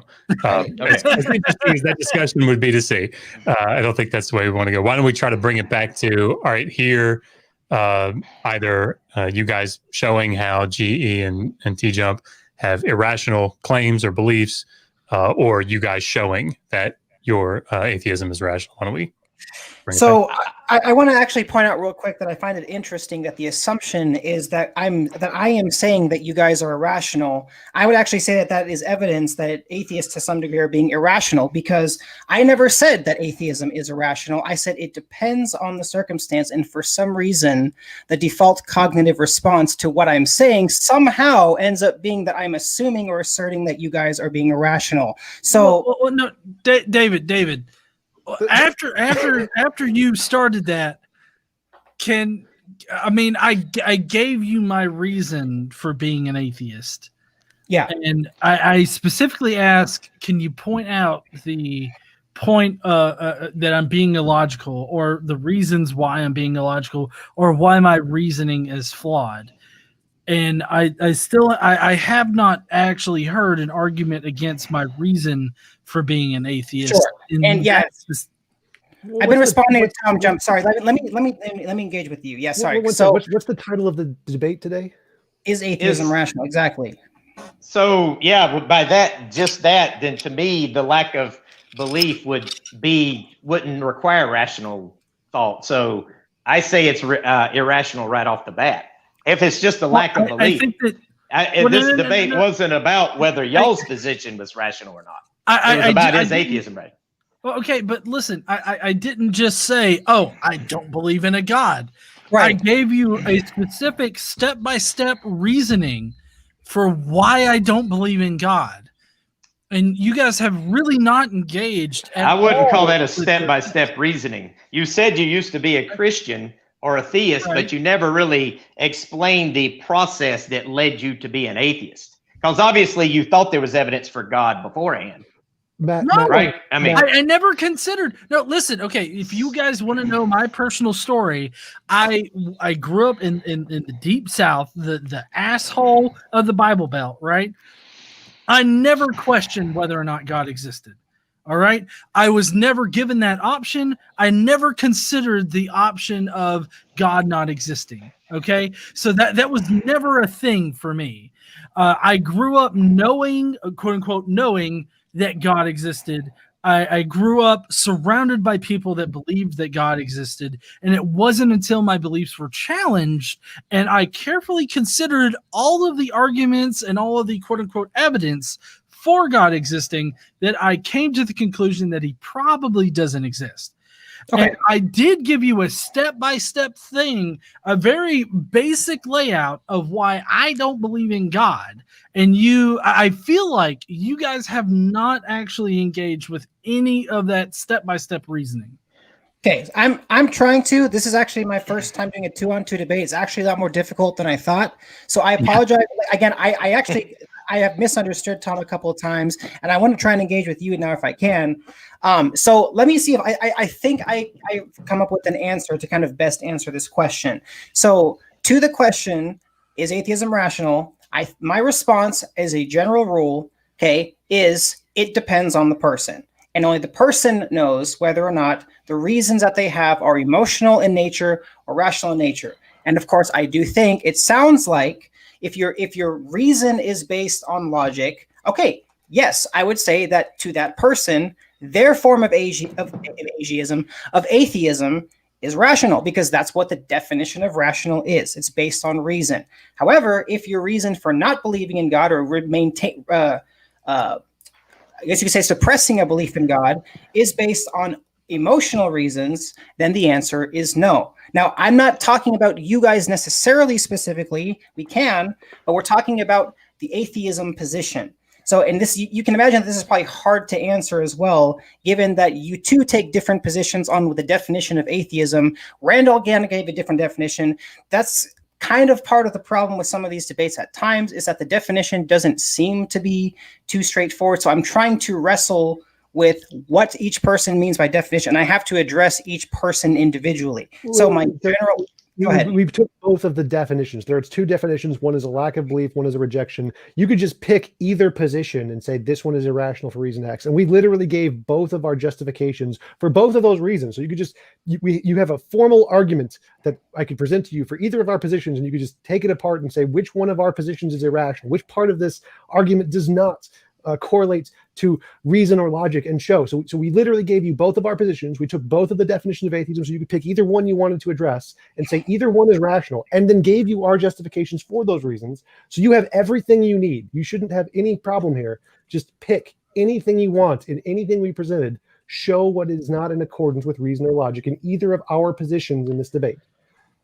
I kind of thought that I had already done that. I mean, let me give you an example. 2 weeks ago, I was in a discussion on morality on another show, and we were talking about empathy and apathy, and an atheist was arguing that we've evolved empathy, and that's how we got morals. And I said, well, what about apathy? Obviously, we've evolved apathy, so what makes you decide one over the other? And he said, well, apathy is just the lack of empathy, the non-existence of empathy.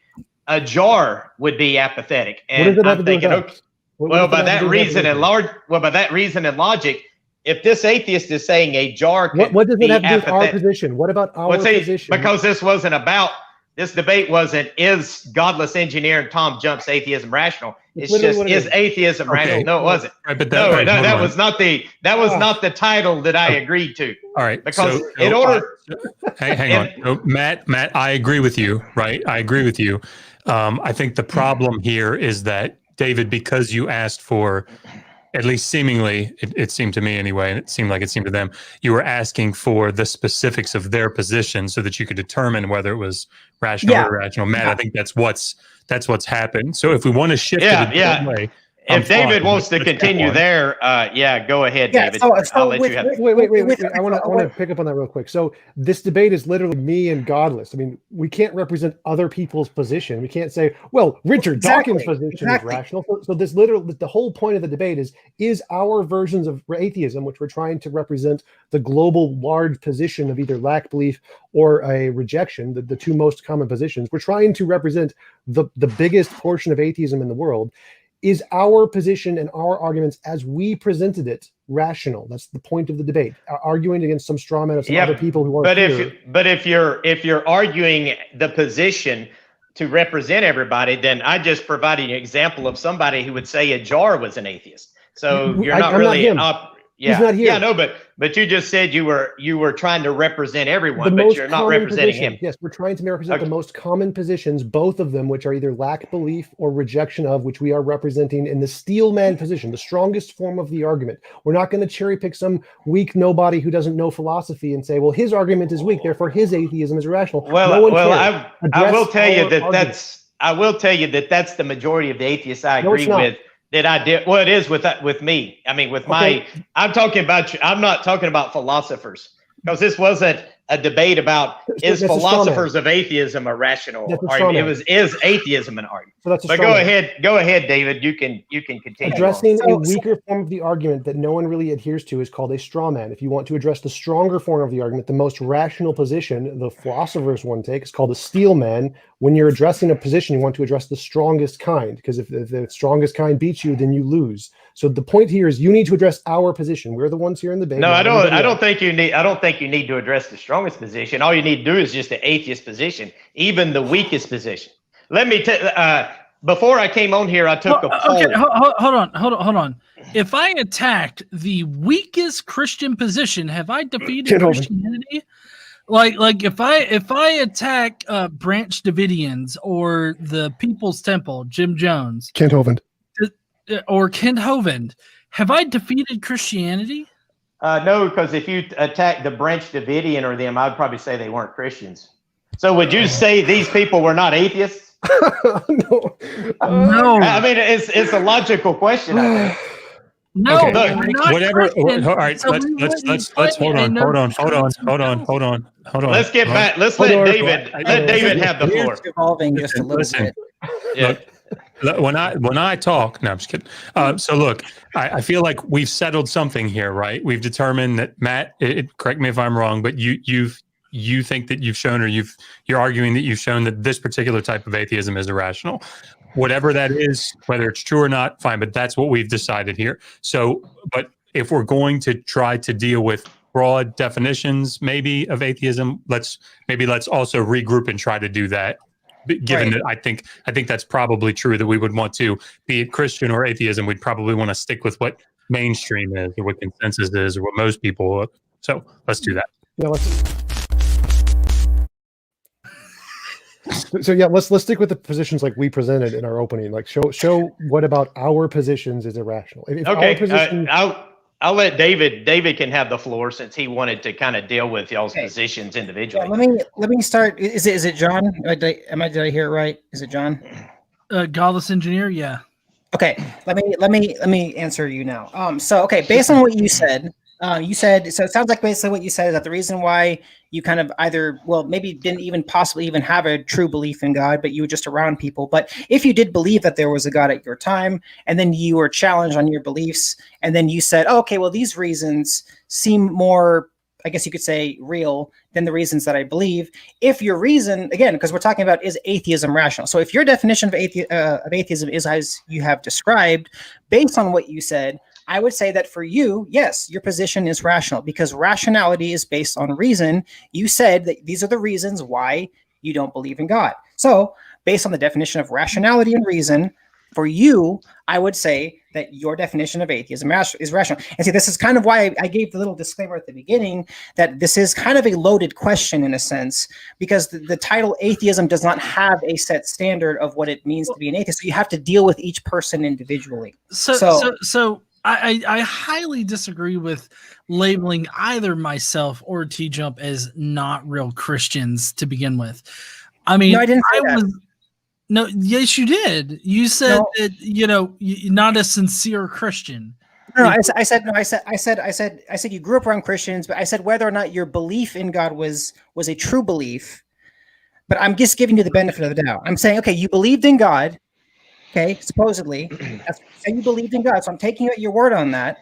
And you're saying the reason why you stopped believing in God was because of these other reasons that were presented to you, correct? Okay.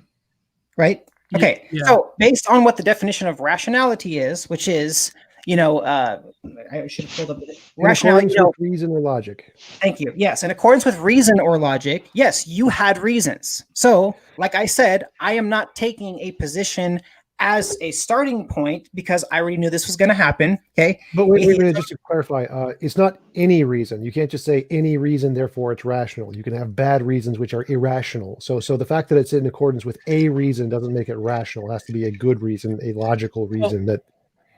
Right. So if I say, well, my reason for not believing in God is because I hate God for whatever personal reason I have, that would be an irrational reason to not believe in God. Yes, that's what I was. I think that I can speak for both TJump and myself is that you should have better reasons not to believe in God than just, I broke my dick one day or something like that. Like, I feel like there should be better reasons to not believe in God than that. Right. Yeah. And if you don't believe it's real, right, then I think that that's fair. Okay. I don't, you shouldn't believe in something that you don't think is real. Okay. I agree with that. So, yeah. Okay. So what parts of our position is not in accordance with reason or logic? Either of our positions in this debate, or would you grant that both of our positions are completely rational? Well, I have a problem with yours, but I think that John's is more rational. Okay, what's your problem with mine? So yeah, let's deal with TJump's rationality on why God definitely does not exist. So there's nothing to respond to with Tom. He just says, I don't see, I personally, me and my psychological state of mind, I don't see reasons to, I'm not going to contend with your psychological state of mind. It's a lost cause. I'm not going to argue with you because only you can change your mind. I'm not going to change your mind. Straw man again. So whether my personal state is irrelevant to the question, the question is if my personal state accurately represents the fact of the matter of the evidence, if there is no objectively good evidence, then my personal psychological state is correct and it's in accordance with reason or logic. So unless you can present an actual good reason which can differentiate imagination from reality, then my position is rational. Saying that, well, my position is only a description of my psychological state is not a reason that's not rational. So that is a straw man, irrelevant red herring. So again, you need to provide a reason why what I stated is not in accordance with reason or logic, or by definition, it is rational. Okay, you said an objective. Who gets to define what's objective? I don't care. Give me a way to differentiate. No, that's irrelevant. Again, it's irrelevant. You need to provide any method you want that can differentiate imagination from reality. Who gets to decide isn't relevant to the question. I said, if God exists, is it possible that he created the universe? That would be an argument that would show that there are reasons to believe that God exists. And you said, no, I don't accept that. No. Again, remember, my criterion is you need to provide a way that can differentiate imagination from reality. Is it possible that green pixie unicorns created the universe? Yes. Does that differentiate imagination from reality? No. Is that evidence? No. Are you saying green pixie unicorns have the same standard of evidence to me as God? The one you just presented, yes, because the evidence you presented was, well, it's possible God created the universe, and it's possible green pixie leprechauns created the universe. So the possibility of something being able to create the universe cannot differentiate imagination from reality. Therefore, it is not evidence. What's a green Well, pixie? so also, I want to caution against the fallacy of possible, therefore probable. Just because it's possible that Bigfoot could exist does not mean that it's probable that Bigfoot could exist. In the same way that, in this whole discussion of whether or not God exists, possible does not mean that it's probable. And I think that's where it lies the irrationality of a belief in God on that particular reason, is that, just because it's possible that God exists does not mean that it's probable that God exists. Right, but the possibility is what you have to. If I can't even get you to accept a possibility, well, then I agree to you're the never gonna possibility. accept the probability. I Okay. agreed to the possibility. It's We possible. both agree that it's both possible. So in my argument, I literally said it's possible green pixie unicorns created the universe. So I'm granting the possibility that God did too here. And I'm saying the possibility cannot differentiate whether or not this hypothesis you have presented is real or imaginary, because I can present an imaginary thing that can do the same possibility. Right, and Matt kind of touched on, at least with our God. This is supposed to be more of a general conversation with deity, not necessarily the Christian God. That's fine.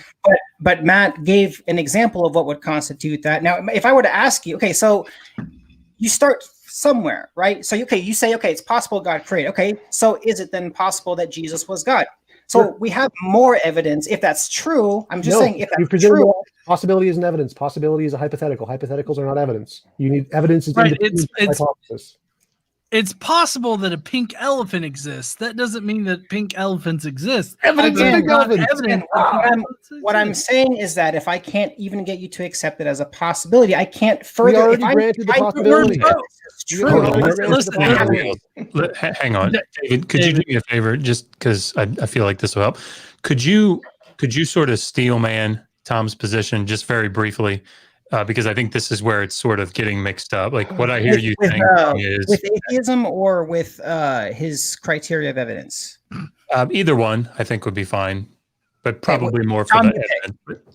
But yeah, Tom, which would be better for you? Do you think? Evidence. Okay. Evidence. Okay. Yeah. Steelman. So what it sounds to me like you're saying is that, I mean, you, like you said, you don't see if there's any good reason to believe in God, and that what you're saying is that you need some kind of verifiable standard of evidence that shows that what I'm saying is true, right? No, I never More said or less. verifiable. What were my literal Can words? you- What did I literally say was my standard of evidence? Can you repeat it? Because A golden brick. Didn't you say a No, golden brick? No. Oh my God. So literally, I've said this like 1,000 times. My standard you of evidence. talk so fast that sometimes I'm trying to remember everything that you said. Okay, so Regardless, what is my standard of evidence? All right. Well, why don't we we can move this along, Tom? Go ahead and tell him what it is. Got this. Was it? I don't think he knows.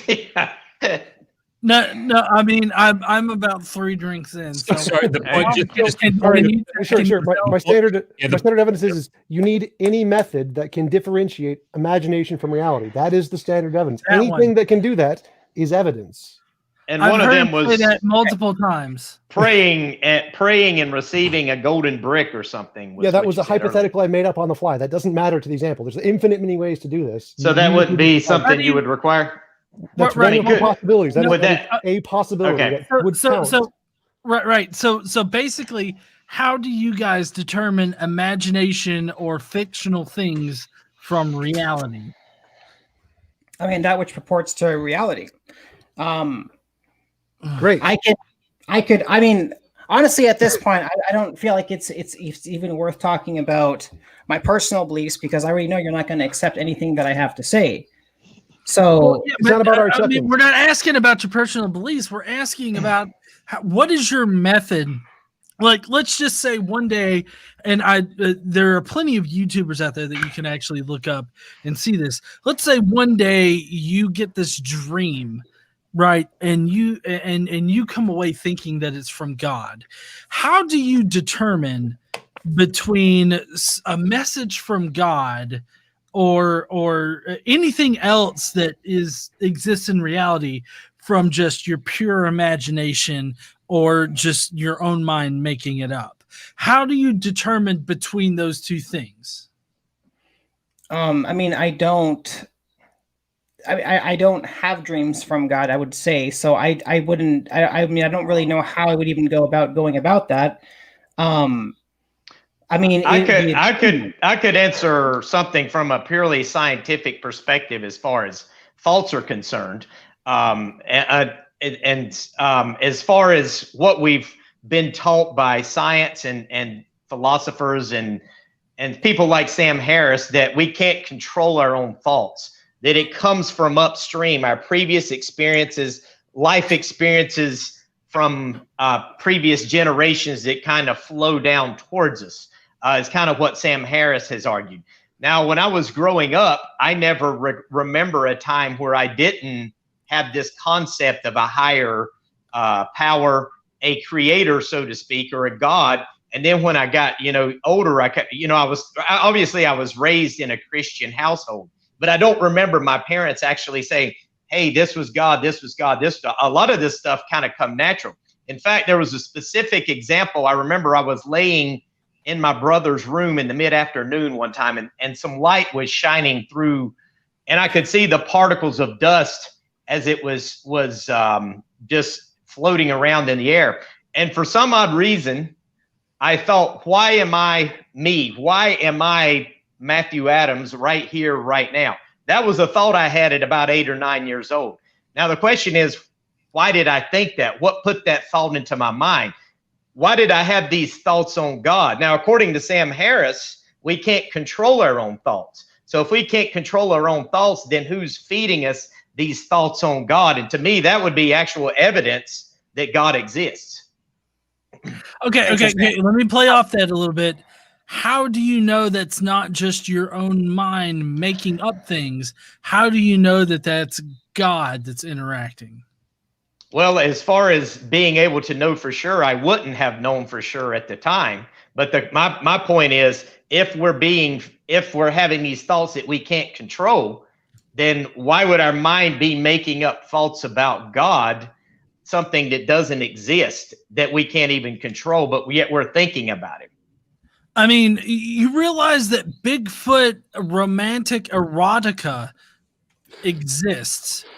I feel like that in and of itself proves that I don't think I ever pondered on the existence of Bigfoot like I pondered on the existence of God, even as a young child. Yeah, but other people did. Lots of other people did. Lots of other people did, to the point where they if you go by the Oxford study in 2014, people actually kind of naturally ponder God. So okay. Well, then how do you explain the existence of cults like Heaven's Gates cult that felt like there was a spaceship behind Haley, the Hale-Bopp comet that was prepared to take them to heaven, into another plane of existence? How do you explain that and the other cult beliefs that exist out there, where people are representatives of God or are sons of God or something of that nature? It kind of seems like if that were basically, why is there all these myths and all the other stuff? Is that what you're saying? You brought up the example of why do our brains cause us to have this false idea of a God, and he's saying, well, our brains cause us to have lots of silly, stupid beliefs. Here's a lot of examples of them in the world, like Bigfoot and UFOs and other cults. It's pretty obvious that we can conclude that, yeah, there's other. Well, how do we know that these thoughts don't have some element of truth to them? That's what he's asking you. What I'm saying is, Scripture as a Christian. And I'm assuming y'all studied Scripture if you've used to be Christians. I know Tom said he used to be a Christian. But as a Christian, it says God has put eternity in man's heart, yet man has not understood it. But yet man, according to Scripture, naturally seeks after these things that he doesn't understand. So to me, it's logical to conclude that man, if they didn't fully understand things, would start making things up in order to try to fill in the gaps, as y'all would say. Sure. Now, so I'm actually supporting y'all's argument here. Now, here's the problem with the fill in the gap argument that is often made. I think it totally annihilates atheism. It actually makes atheism completely irrational, because if in the early history of man did not understand these scientific, didn't have these scientific knowledge that he has now, but yet he naturally attributed things to God, but yet he cannot control his own thoughts, then that is evidence that someone is feeding him these thoughts so that he can basically have a relationship with this being. And it shows that man was wired to have a relationship with God. Can I add to that? Okay. So using that conclusion there, somebody that naturally comes to the conclusion that UFOs and extraterrestrials have plundered their booty, does that mean that extraterrestrials have actually plundered their booty? Well, extraterrestrials wouldn't imply that they were gods. It doesn't have to be that, because Well, I'm using you're not understanding what I'm saying here. No, I am. Look, I don't think you are. Because if we can't control our own thoughts, then why does theism exist?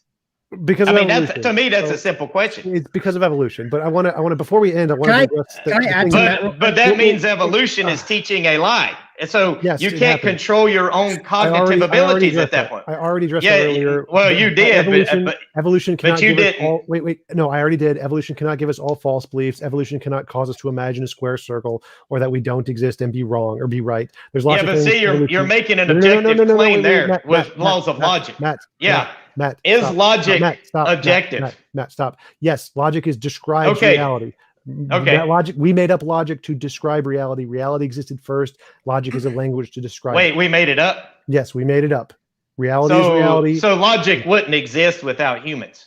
No, logic is a language like English. But I want to go back to some things. So David keeps saying this really silly argument that I wanted to address before we end, which is that, well, you won't accept it, therefore I won't present arguments.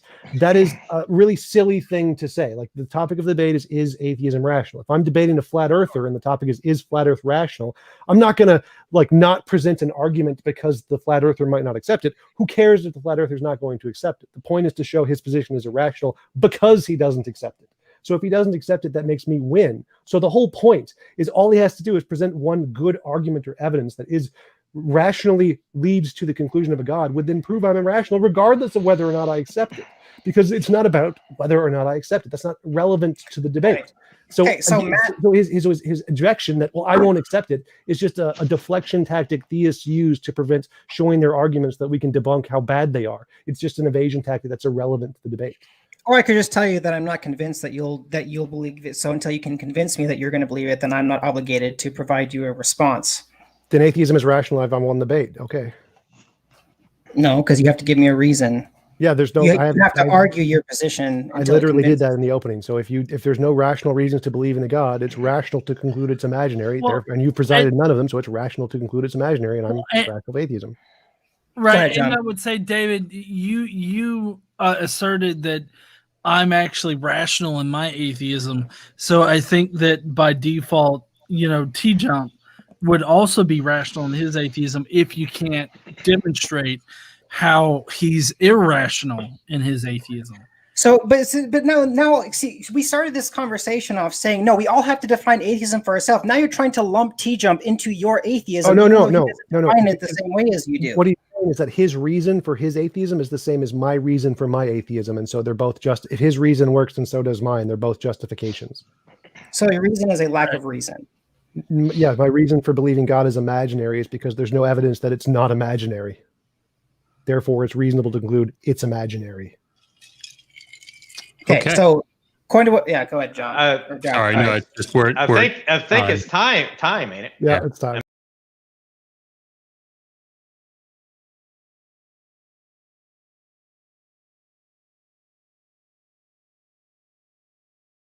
Your response, put it in the comments, however you want to do it. Let's see what you got. Let's see what you got. Let's see. All right, Jeff. What you think, man? What you think? I don't think we addressed the question, or I have not seen any argument to lead me to believe that atheism is irrational. Agreed. The topic of the night is atheism. And I think we can go back to the Mike Bringardi debate with Eddie, where we clearly gave the win to Eddie because Mike was not prepared to debate that topic. that specific topic, which is what we were asking about that day. And in this case, I think it's the opposite as far as the sides that are given the better argument here. And that's TJump's asking for a couple simple things. One, a method in which to demonstrate or differentiate between the imaginary and the reality. That's a pretty clear thing. And an example or why his reasoning that he outlined at the beginning is irrational, which I did not see any of that, so that's why. And then I don't know, we're still in limbo here. I didn't get a solid answer. Nope, that's where I'm at. I came into it as, can someone show me that my position of being atheist is irrational? I did not hear that. I was not convinced that it is irrational. So after our last two debates at TART Live debate night, we gave to the theist. This one I'm going to give to the atheist. I was not convinced by the argument, but we're going to go to Q&A. Oh yeah, it was a great debate. And TJump and GE, Matt and David, thank you for doing it. It was an awesome debate. And Dr. Thank you for reffing. Yeah, he did great. Absolutely. But Jeff, have you? I ask people this all the time. Have you ever seen inside of a murder shed before? I don't think anybody's seen the inside of a murder shed and made it out alive.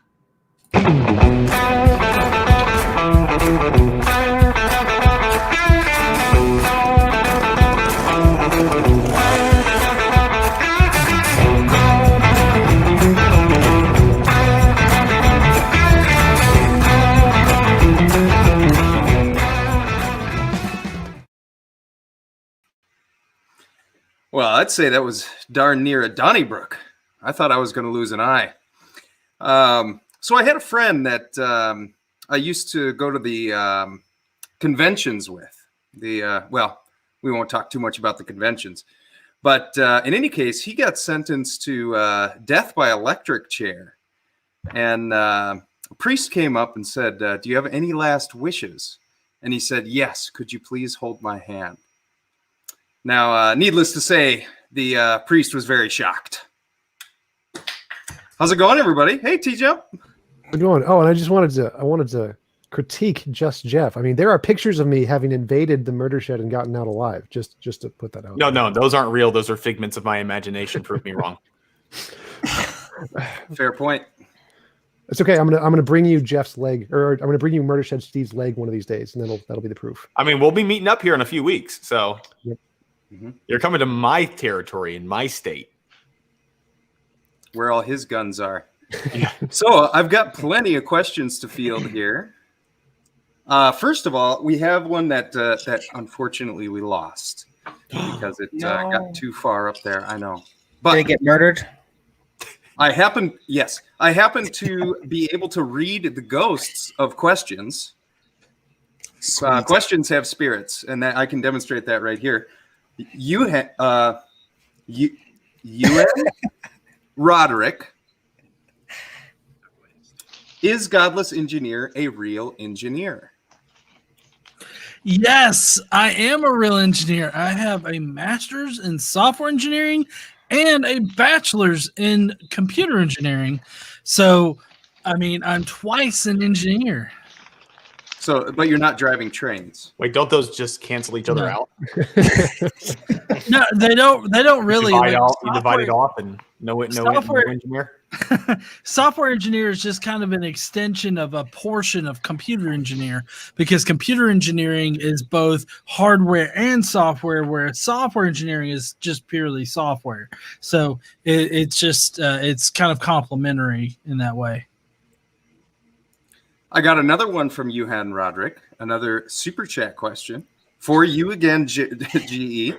How large is a whale's ... I think you're a pervert there, GE. I'm here to answer that question. I'm here to help. A whale's penis is 15 foot long, according to Kent Hovind, but in reality, they're only 10 feet long. But the meme is 15 feet. Now, have you experienced this yourself? I have not experienced that myself. I'm only going off of what the scientific evidence says.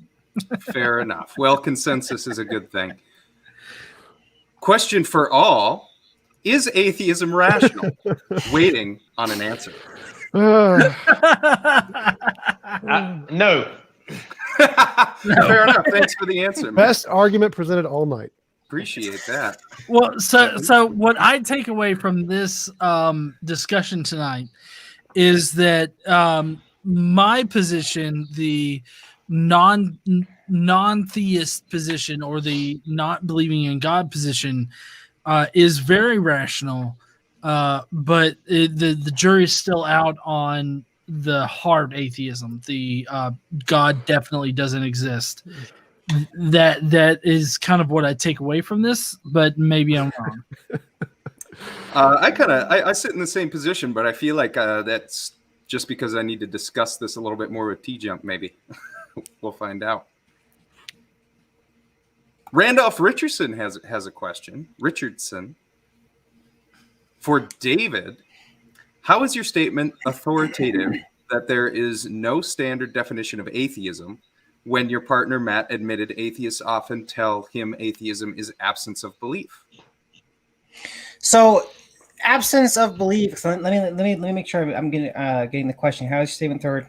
Yeah, usually they tell me it's a lack of belief in the existence of God or gods. It's usually the general definition I get. Right. That's the that's kind of that's like the straight definition. That's part of the reason why I quoted part of the Stanford Oxford Dictionary of Philosophy, because that's what the experts are more using. In fact, from what I understand, they look down upon the lack belief definition. In other words, people who don't make up their mind about whether they disbelieve or don't know about God, because the lack belief fits more into the category of agnosticism.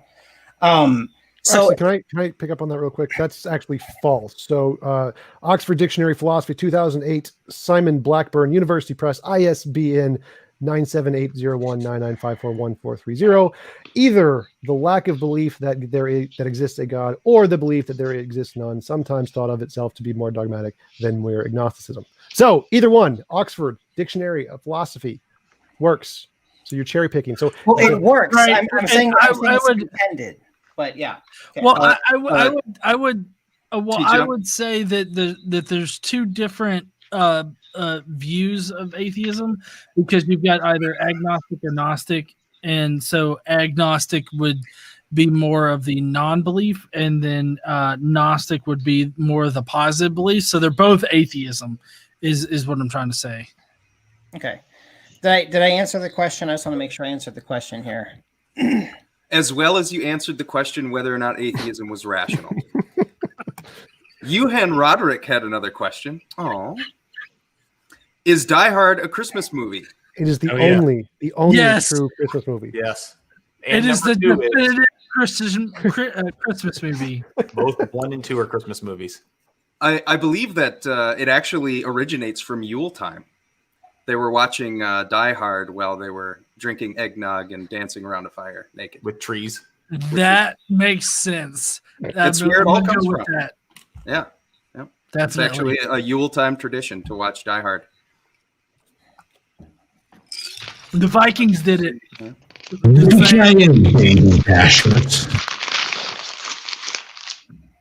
I got a question, another super chat question from Atheist Cats.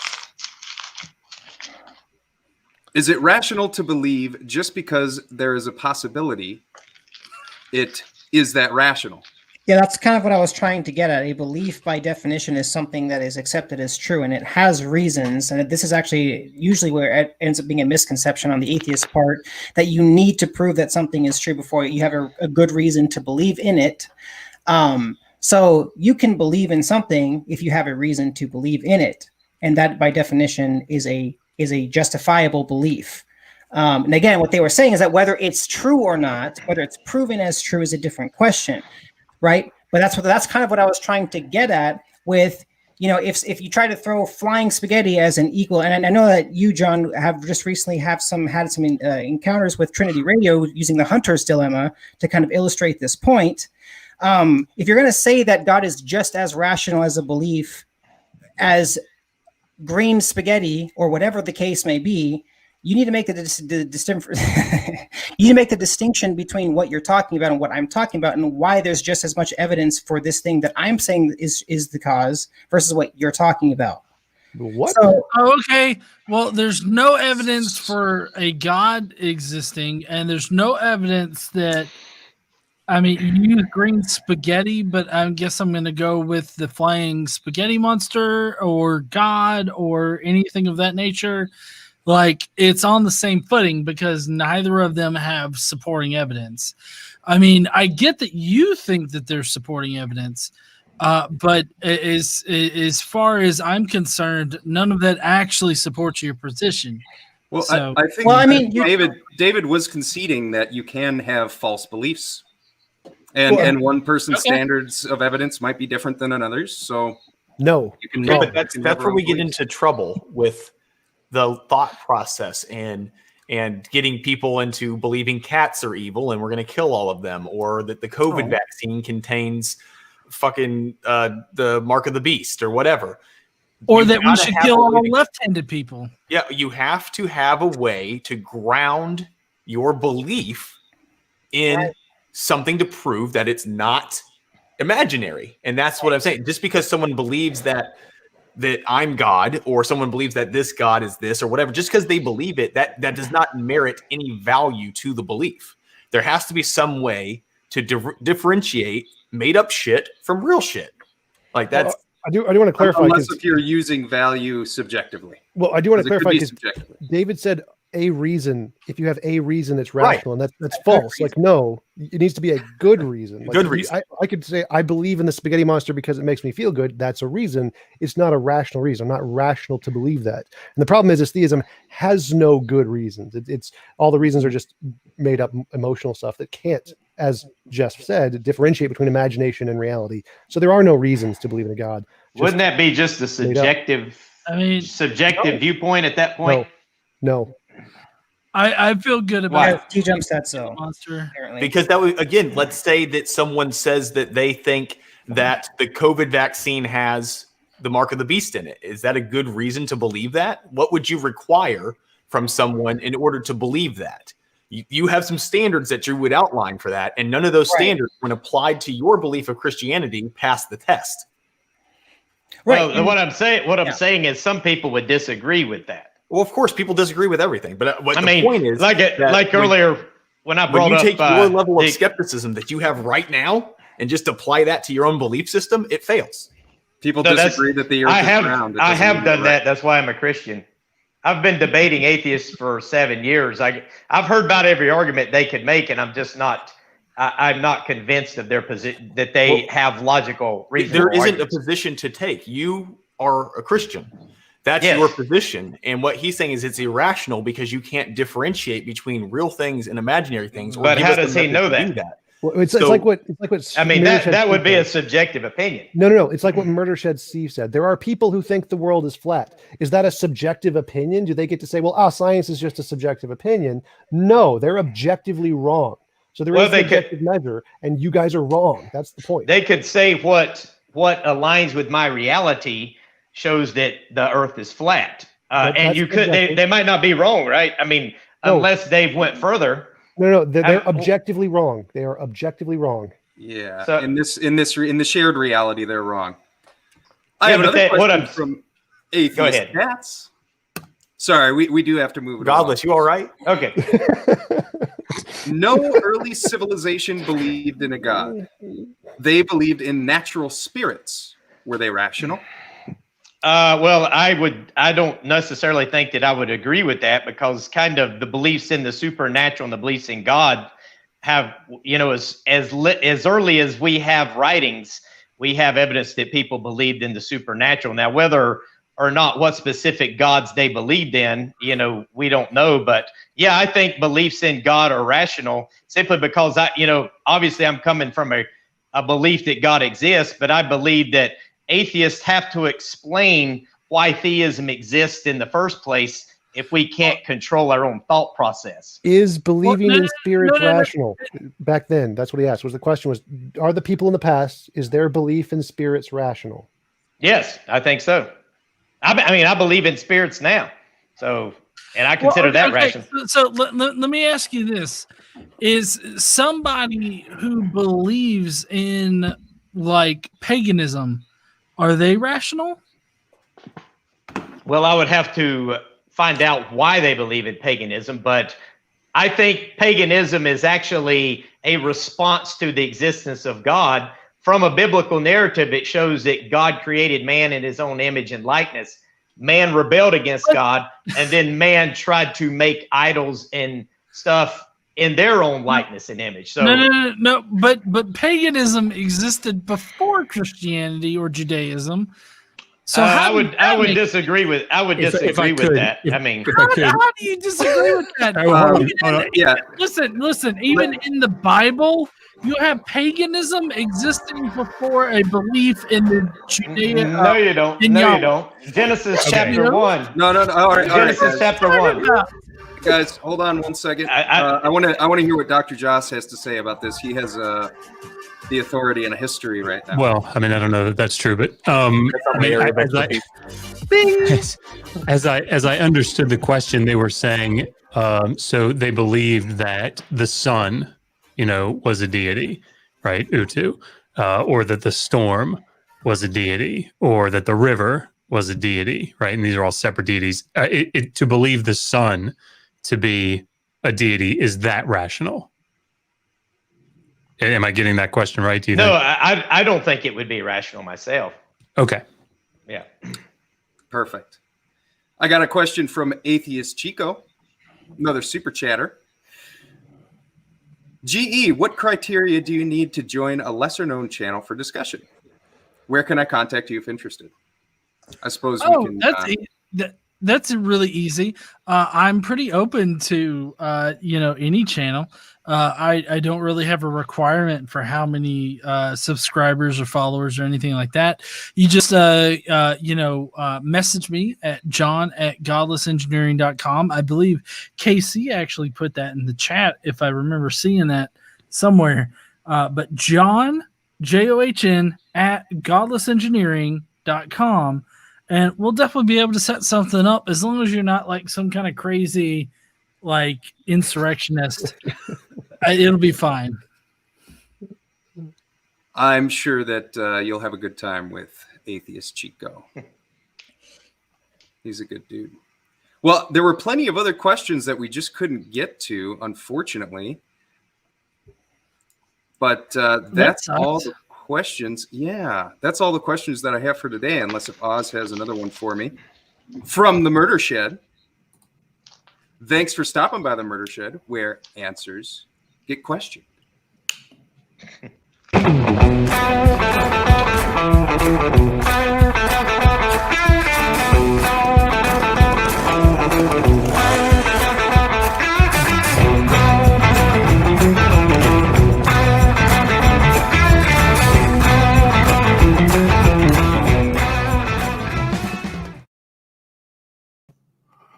All right. Think you're better than me?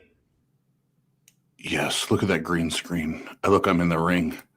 There we go. That's better. Well, my room is very rapidly coming together, and it is going to blow every other streamer's room out of the water. Awesome. I'm glad you shared that right now. I'm sure that. Because you're talking about your background. Green screen. All right. Well, everybody that participated tonight, thank you. Hang out for a minute backstage just so we can chat for a second. But we'll wrap this thing up. Everybody's been in the chats tonight. Thank you very much. There was too many to go through, like we always try to do. Thank you for the super chats. Much appreciated. And we are the Atheist Roundtable. It's been TART Live Debate Night, and just know that we're going live the next 3 nights and got a ton of great content coming to you. But just Jeff, thanks everybody that was part of the debate. Thank you, Pasta Mike. Thank you. We're out.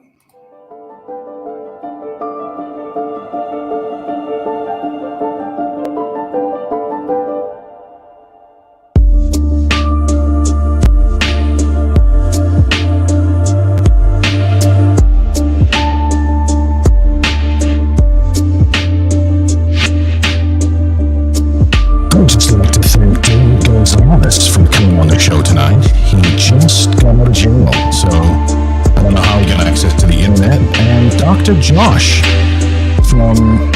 just graduating from Everest College and with his associates. Thank you so much, Dr. Josh, coming on with his bachelor's in gynecology. Thank you so much, my man. And just for the viewers, that's science and gynecology. That's what Scientology is. TJump, that dirty old man, 84-year-old guy sitting on a couch. Look, truth has nothing to hide from TJump. Godless Engineer, some guy named Matt, Filthy Christian, Just Jeff, Oz. Thank you guys. Don't forget to like and subscribe.